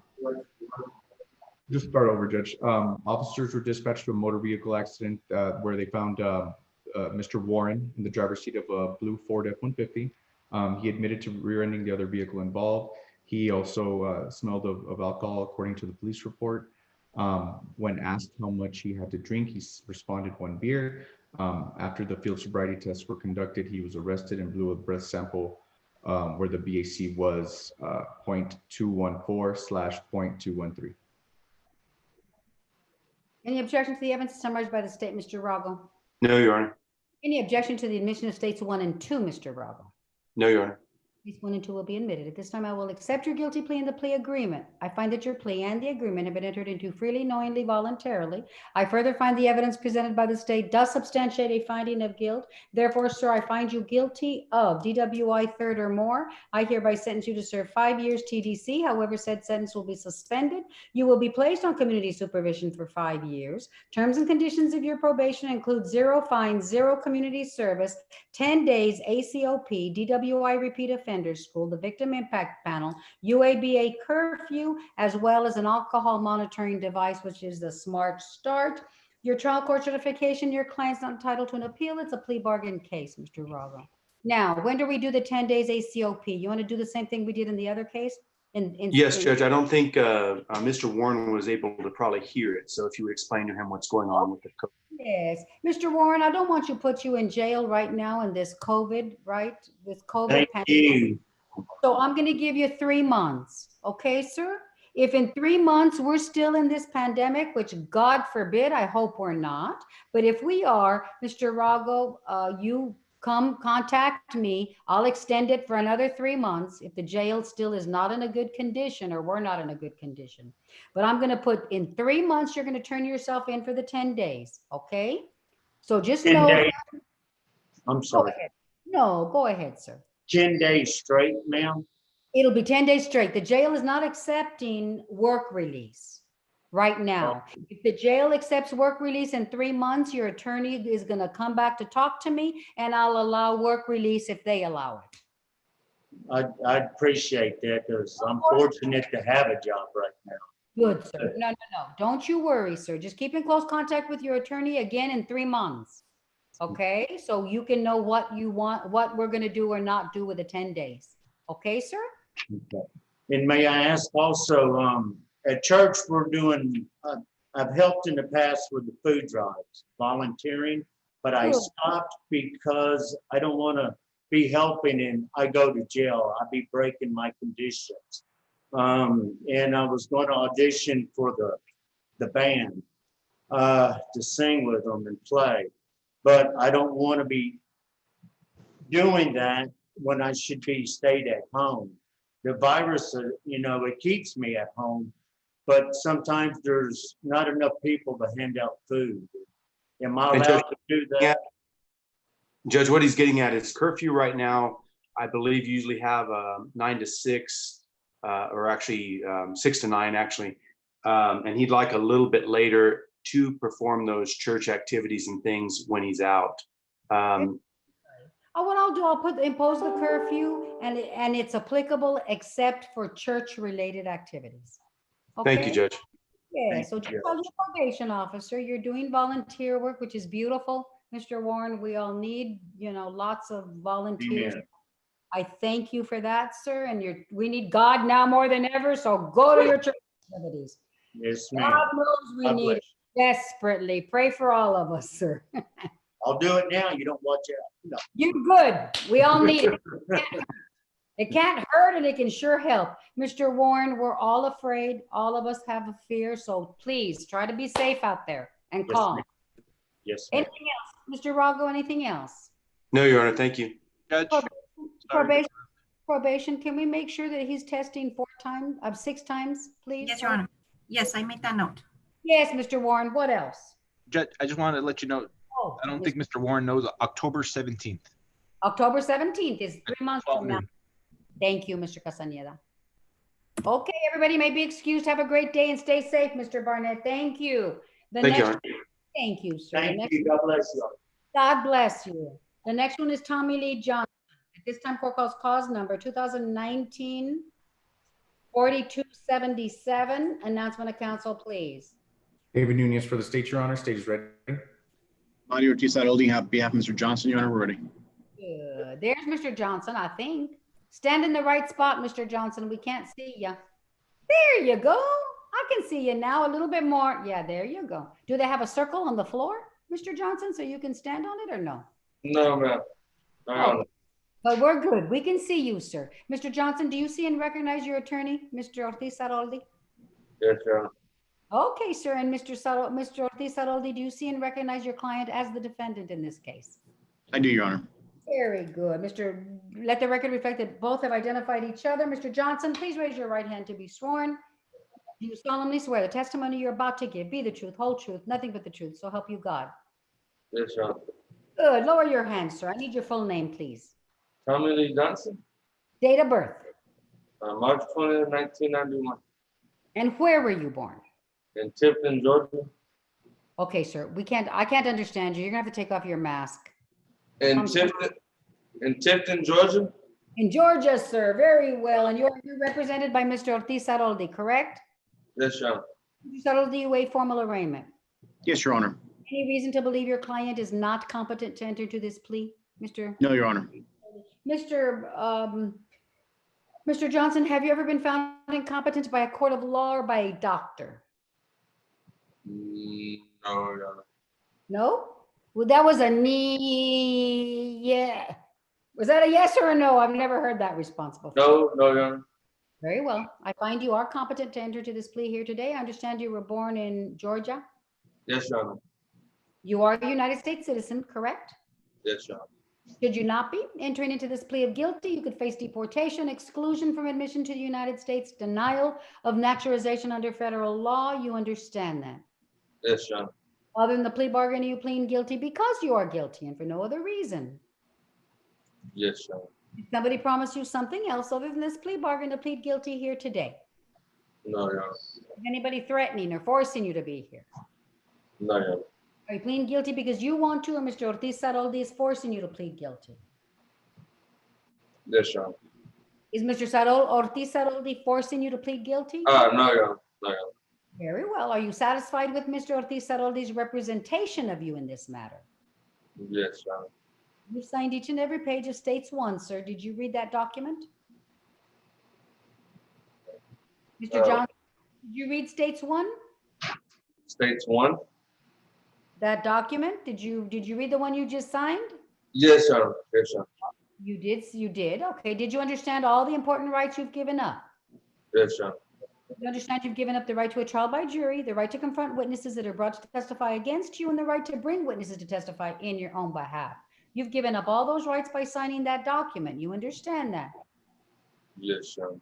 Did you sign this document freely and voluntarily? Yes, Your Honor. At this time, does the state wish to make a motion to reduce your range of punishment or category of offense, Mr. Nunez? Yes, Your Honor. This plea will be proceeding under the provisions of 1244B. Very well. Is there a victim impact statement? No, Your Honor. The plea agreement. Your Honor, the plea agreement calls for 2 years of deferred adjudication, $500 fine,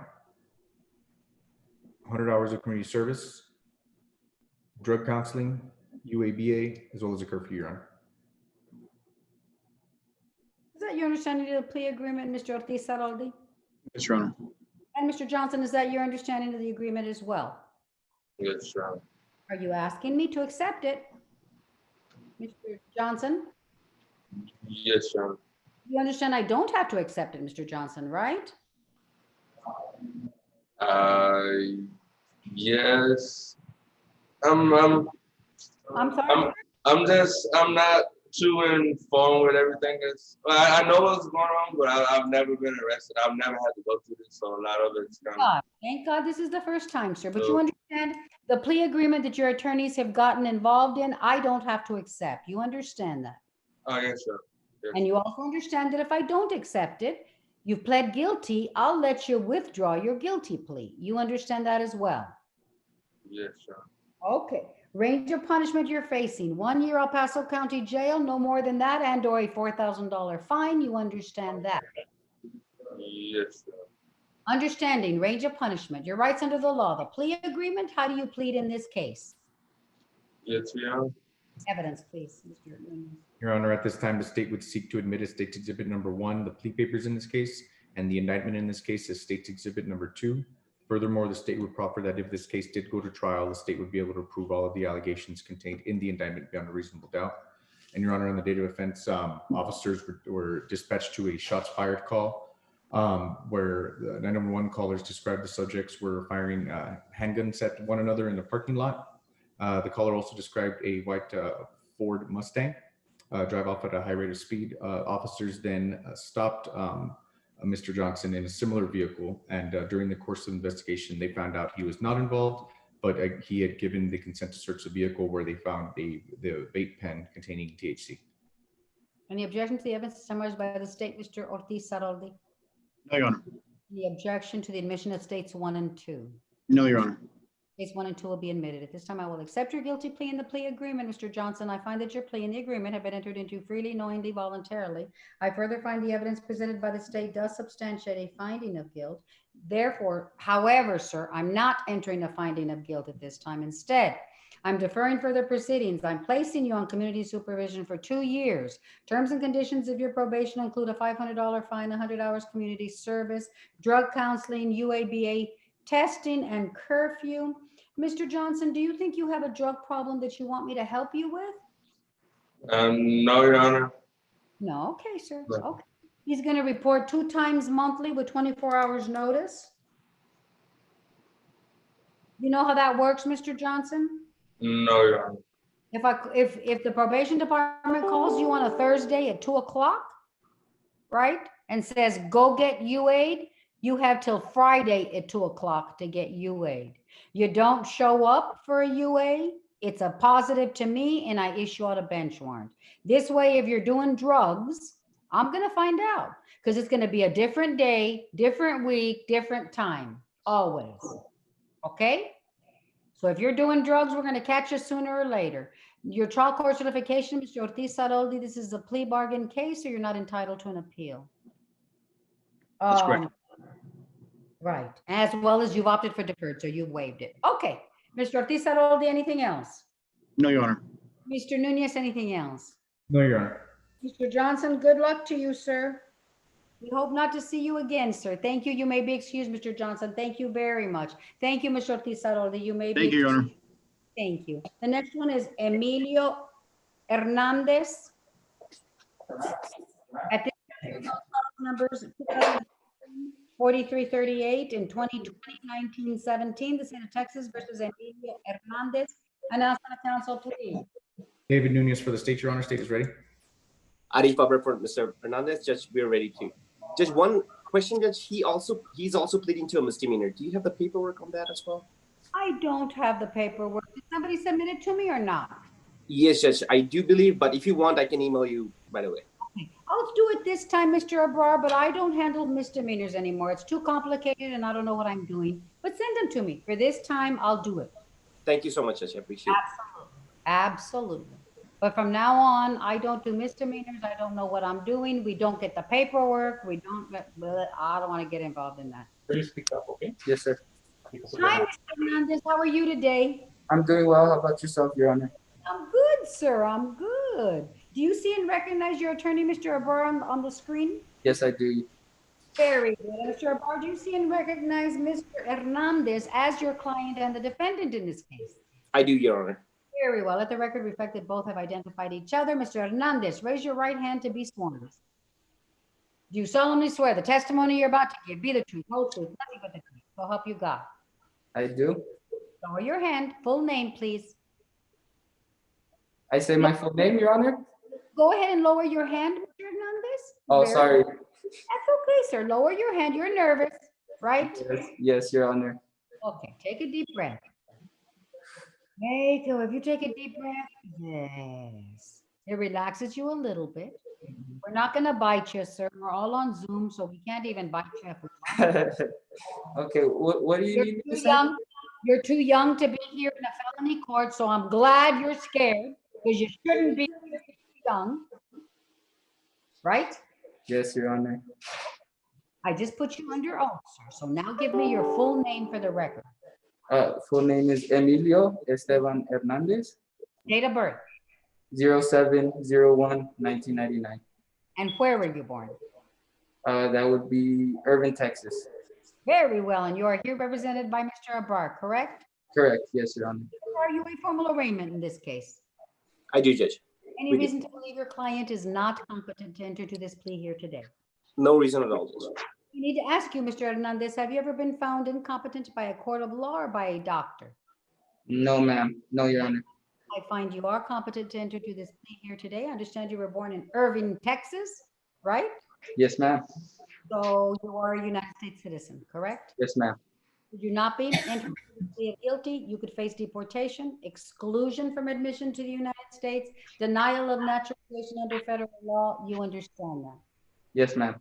Other than the plea bargain, are you pleading guilty because you are guilty and for no other reason? Yes, I'm pleading guilty under my own will. And did somebody force you to be here today? No, ma'am. Are you pleading guilty because you want to, or Mr. Abrar is forcing you? No, because I want to, Your Honor. Are you satisfied with Mr. Abrar's representation of you in this matter? Yes, I am. You signed each and every page of States 1. Did you read that document, or did your attorney explain it to you? I read over the documents with the attorney. Did you understand very important rights you've given up? Right to a trial by jury, right to confront witnesses that you're brought to testify against you, and the right to bring witnesses to testify in your own behalf.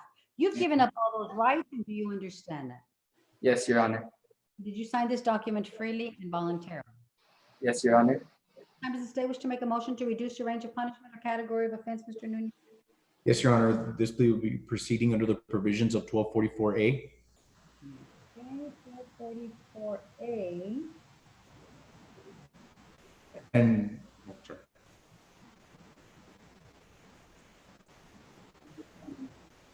There's no victim impact. Your Honor. Before we get into the plea agreement, I thought the punishment on the plea paper said had state jail punishment.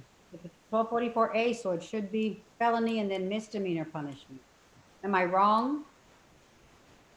Yes, Your Honor. 1244B, Judge. You're correct, Judge. Yeah, but is 1244A, is it 1244B? A, Your Honor. A, okay. So the punishment should be on the plea paper is misdemeanor. Yes, Your Honor. Correct. Okay. I remember the plea papers. I have a note here saying the plea paper said state jail, range of punishment.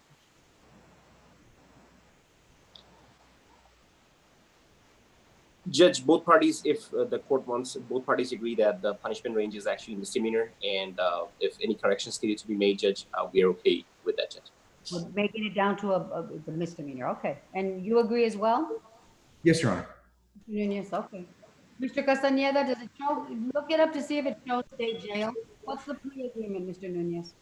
Yes, Your Honor. It is a 1-year deferred probation, 50 hours of community service, $100 fine, drug and alcohol counseling, UABA, as well as a curfew.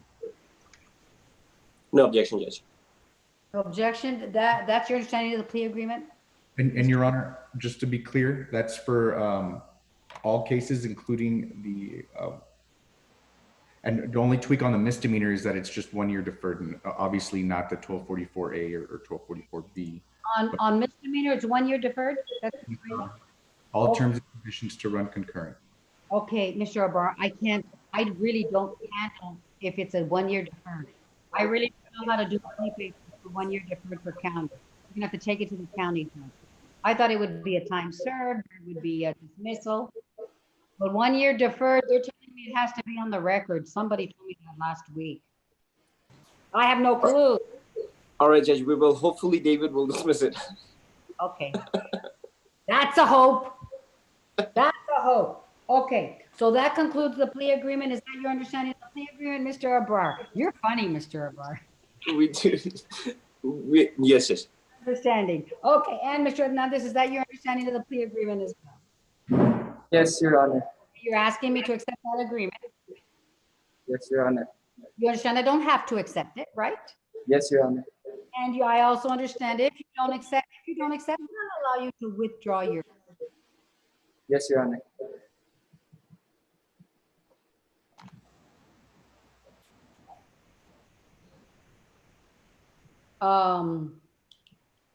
There's too much noise there at that virtual processing center. Is it, Miss Anita? Is it just my imagination or what, Miss Anita? No, it's a little noisy today. Yes, very noisy today. Mr. Canales, are you having a party there that I'm not invited to? No, Your Honor, no. No, I'm not asking you, Mr. Canales. I'm asking Mr. Canales. Go ahead. Having a brunch there? Are you having what's going on, Mr. Canales? It's very noisy and it's distracting and we can't hear. I'm sorry, Your Honor. Nobody's is talking. Nobody Right now? No, nobody's talking. I don't know what kind of noise. Let me shut down the AC, maybe. No, sir. We're hearing voices. Look at and laughing. Maybe it's not the virtual center. It's some other place. I don't know if in another office, Your Honor, with all respect, but everybody here is quiet. I don't know if in any other office, somebody, with all respect. Judge, what it sounds like is that his voice is going back into his microphone again. Oh, like feedback. Yes. Yeah, Okay. Okay. Let me lower the volume of the speaker a little bit.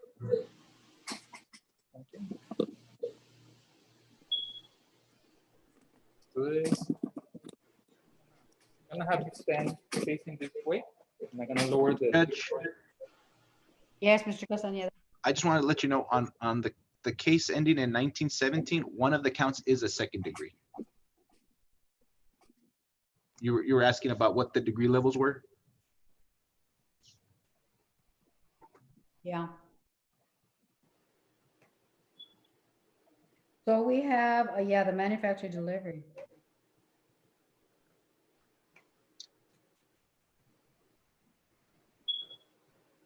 Well, it doesn't matter though.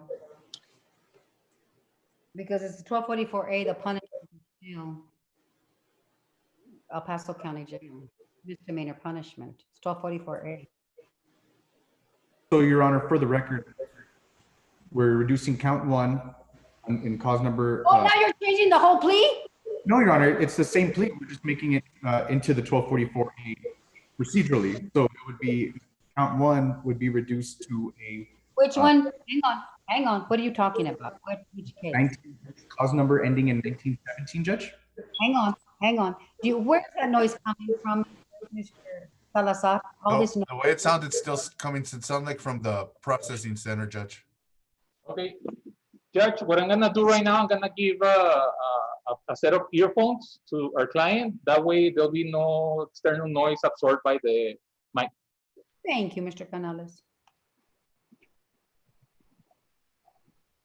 How funny, it's quiet now. And he doesn't have the earphones. Right, Mr. Salazar? Yeah, and he did move the camera, so that might have something to do with it also, where the sound was maybe bouncing back from somewhere going back into the mic. I don't think so. I don't know, Rick. It sounded like noises and people talking and didn't sound like feedback like Teresa Caballero today. Hers was, I believe hers, I spoke with Yoli about that. I believe hers is that she might have dust in the microphone since it's on top of her screen. Yoli was going to kind of try to take care of that. Yeah, okay. I don't know. Okay, it just sounds like exterior noise, bad. Okay, now, Ms. Anita, find out where I'm at because I'm lost. I think Mr. Nunez is going to change this entire plea right now. No, Your Honor. It's Okay, Nunez, talk to me. all I was saying, Judge, is for count 1 in the cause number ending in 1917, we're just reducing that to a state jail felony and possession of a controlled substance 2, less than 1 gram, and then 1244 that into You came in and out about 20 times. I didn't. If you need me, you need to let me know. Okay. Your name? Luis. Luis? Okay. Sorry, Your Honor. Mr. Nunez, you have to repeat what you said. You came in and out about 20 or 30 times. Shocker, your internet is bad, Mr. Nunez. Shocker. Yes, Your Honor. On count 1, it will be reduced to a state jail felony, possession PG2 less than 1 gram. And then we will reduce that further under 244A under the terms and conditions we just stated earlier. That's count 1. And count 2? That would stay the same, Judge. It's still a 1244A that I had stated earlier with the same terms and conditions of deferred probation. So where did I end off, Miss Anita? I'm completely lost, completely distracted. You told him that he can withdraw his plea if you don't accept it. That was the last thing you asked him. That far back? No, but then he gave me the plea agreement. But then Mr. Nunez gave me the plea agreement. Yeah, that's when it stopped, and then it went on from that, and then all other stuff. Okay, you That was the understand? last question you asked him. Thank you, Ms. Anita. Thank you. You understand your range of punishment is 1 year El Paso County and or a $4,000 fine on this? Yes, Your Honor. Understanding range of punishment, you're right under the law, the plea agreement. How do you plead all cases? Guilty, Your Honor. Thank you. Evidence, Mr. Nunez. Yes, Your Honor. At this time, the state would seek to admit as State's Exhibit Number 1, the plea papers in this case, in each respective case, and the indictment in each respective case is State's Exhibit Number 2. Furthermore, the state would offer that if this case did go to trial, the state would be able to prove all of the allegations contained in the indictment beyond a reasonable doubt. And Your Honor, in cause number ending in 4338, there was a traffic stop was conducted on a defendant's vehicle for operating without the headlights on. Upon approaching the vehicle, officers smelled marijuana. They obtained consent to search the defendant's person, where they found a brown grayish vaporizer that contained THC in his front left jean pocket. The defendant later admitted that it contained THC. In cause number ending in 1917, officers noticed a car running with its lights on with 2 people inside. They approached the vehicle and noticed the 2 occupants were trying to conceal themselves. Officers made contact and with the 2 occupants of marijuana, and they asked the defendant who was driving the vehicle if there were any narcotics in the vehicle. And the defendant then responded that there was an ounce of marijuana inside the car. Upon searching it, they found wax and ecstasy pills along with the scale and $2,191. And they found a scale too? Yes, Your Honor. Any objection to the evidence is summarized by the state? No objection, Judge. Or any objection to the admission of states 1 and 2? None, Judge. States 1 and 2 will be admitted. At this time, on all cases, at this time, I will accept your guilty plea in the plea agreements. I find that your pleas in the agreements have been entered into freely, knowingly, voluntarily. I further find the evidence presented by the state does substantiate findings of guilt. However, I am not entering findings of guilt at this time. Instead, I'm deferring further proceedings. I'm placing you on community supervision for 1 year. Terms and conditions of your probation include 50 hours community service, $100 fine, drug and alcohol counseling, UABA testing. Mr. Hernandez, do you think you have a drug problem that you want me to help you with?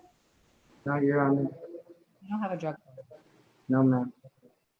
Okay, you just pled guilty to drug cases, but you don't have a drug problem. He's going to report 2 times monthly with 24 hours notice. You understand how that works, Mr. Hernandez? Yes, Your Honor. Okay. 24 hours notice, 2 times monthly. If you're doing drugs, we're going to catch you. Yes, Sooner or later. Your child certification, Mr. Abrar, your client's not entitled to an appeal. It's a plea bargain case. It's deferred, so he's waived. Yes, Judge. Okay. Anything else, Mr. Abrar? Nothing further, Judge. Thank you so much. Thank you, Mr. Abrar, for your patience this morning. No problem, Judge. Thank you. Good luck Take with care, Mr. Tucker. Let's try to expedite it. We'll try to expedite this as quickly as possible. He wants out. I don't blame him, but let's expedite this whole process. Thank you so much, Judge. I think we just filed the motion. Good. So Beautiful, beautiful. Thank you. Mr. Nunez, thank you anything? so much, Judge. No, Your Honor. Very well. Mr. Hernandez, good luck to you, sir. Good Thank luck you. to you. See you again, sir. Thank you, Thank you, Your Judge. Honor. Permission to be excused, Judge? Yes, thank you. Rick, we've got to figure out, this was too painful. Yes, it's the process. We're getting it from there. Try if they could put it on mute for right now. I'm going to put it on mute. Look. Yeah. It's that. It's that. Judge, am I coming in loud and clear? You're coming in loud and clear. Oh, yeah. No, you sound like you find like you sound like you finally went to Starbucks. Yeah. Yeah, I don't need you anymore. What about Mr. Martinez? Mr. Martinez, I don't need you either. No, I need both of Mr. Nunez and Mr. Martinez. Mr. Canales, yeah, it was very Mr. Canales, let me unmute you. I'm gonna ask you to unmute because I muted you to make sure. Mr. Canales? Yes, Your Honor. It was very painful over there today. Okay. What happened? I Because don't it's know. not, you don't know. Yeah, okay, maybe. I'm sorry, Mr. Canales. On the other side of the partitions, are they doing any noises or are they doing any other stuff? Because it also kind of sounded like maybe like some court hearings or something. I would catch. Well, on the other side of the partition. There's people that come in and out because I'm having the next person ready, and that's pretty much the activity that is going on. They're not having court hearings? They're not having court hearings on the other side? Nothing? Nothing? No, Your Honor. But you know what we can do next time? We'll bring more earphones. Did it work better with the earphones? Somewhat, but you can. Their square was still lighting up a little because the earphones, the microphone from the earphones is picking up sound around. Yeah. What's happening on the other side? What's happening on the other side of the partition while I am having my 2 hours? Mr. Okay. What happens on the other side of the partition? It's they're signing documents. Okay. All the paperwork that comes from the court gets signed, Right. and then I'm gonna go ahead. Do you want me to give you a tour of the facility real quick, so you can see what it looks like and what's happening on the other side? Well, I've got to deal with some pleas. Okay. Now That's that fine. I don't want to keep them waiting. We'll do Yeah. it another time. Maybe we'll do it another time, Mr. Canales. I'll call you, and if it's a downtime, I'll do a Zoom quickly, and you and I can do it. Yes. Okay. And I'll go ahead and see how I can deal with the mic issue to see how I can minimize the background noise. It was very distracting today, Mr. Canales. Yes. Yes, we're on the works of talking to the county to help us get some panels back here, so it's more encapsulated and we have less noise.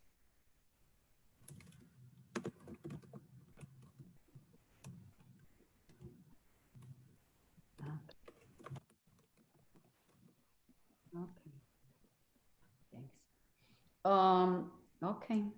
It sounded like there were hearings done today. It sounded like there were hearings, people talking. It wasn't feedback. It wasn't noise, Mr. Canales. Are you sure nobody was having hearings on the other side? No, Your Honor, there was no hearings on we got the lobby, and then we got another set of panels, and court services was doing the signing of the documents.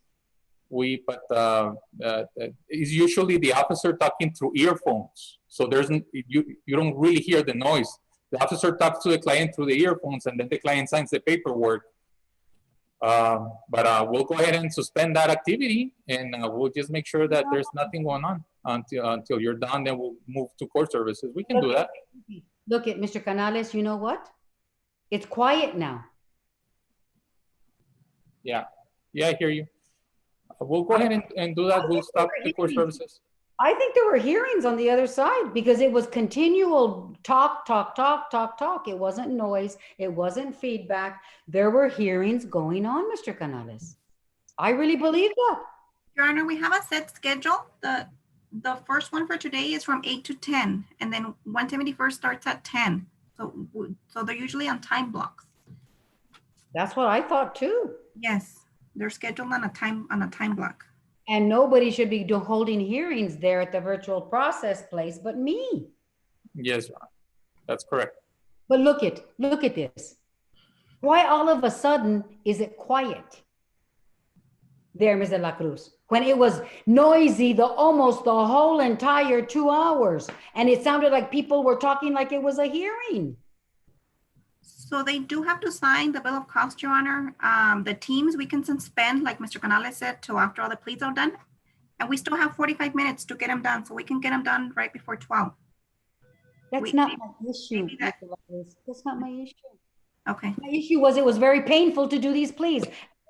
Am I making this up, Miss Anita? It was just towards the end, the last few that we're having a hard time hearing. And it didn't sound like feedback. It sounded like voices, like there were hearings going on. Okay. Well, I'm gonna go ahead and coordinate with court services, and we'll do all the documentation for court services after we're done with the pleas. Okay. I don't know. If you can try it again, if it gets noisy, but Mr. Canales, this is the first time this has happened. You know, last time it's only the second time I've done it. The first time it wasn't bad. Today was very bad. Okay. I'll look into those issues, and I also look into calibrating the mic to make sure that this doesn't happen again. Thank you, Mr. Canales. Have a good day, sir. Thank you so much. I'll take you up on that offer to tour one day. Yes. Pero qué casualidad, ya. No noise at all. Ya se terminó todo. No noise at all. If there was a feedback, if it was noise, if it was technological issues, you standing right there, the noise would be there. So something was going on the other side of the wall that stopped now. Yes. Okay, Mr. Canales, thank you, sir. Have a great day. Be safe. Thank you, Your Honor. Thank you. Okay. We're still on YouTube, Judge. Oh, sheesh. Oh, sheesh. We should have. Everybody stay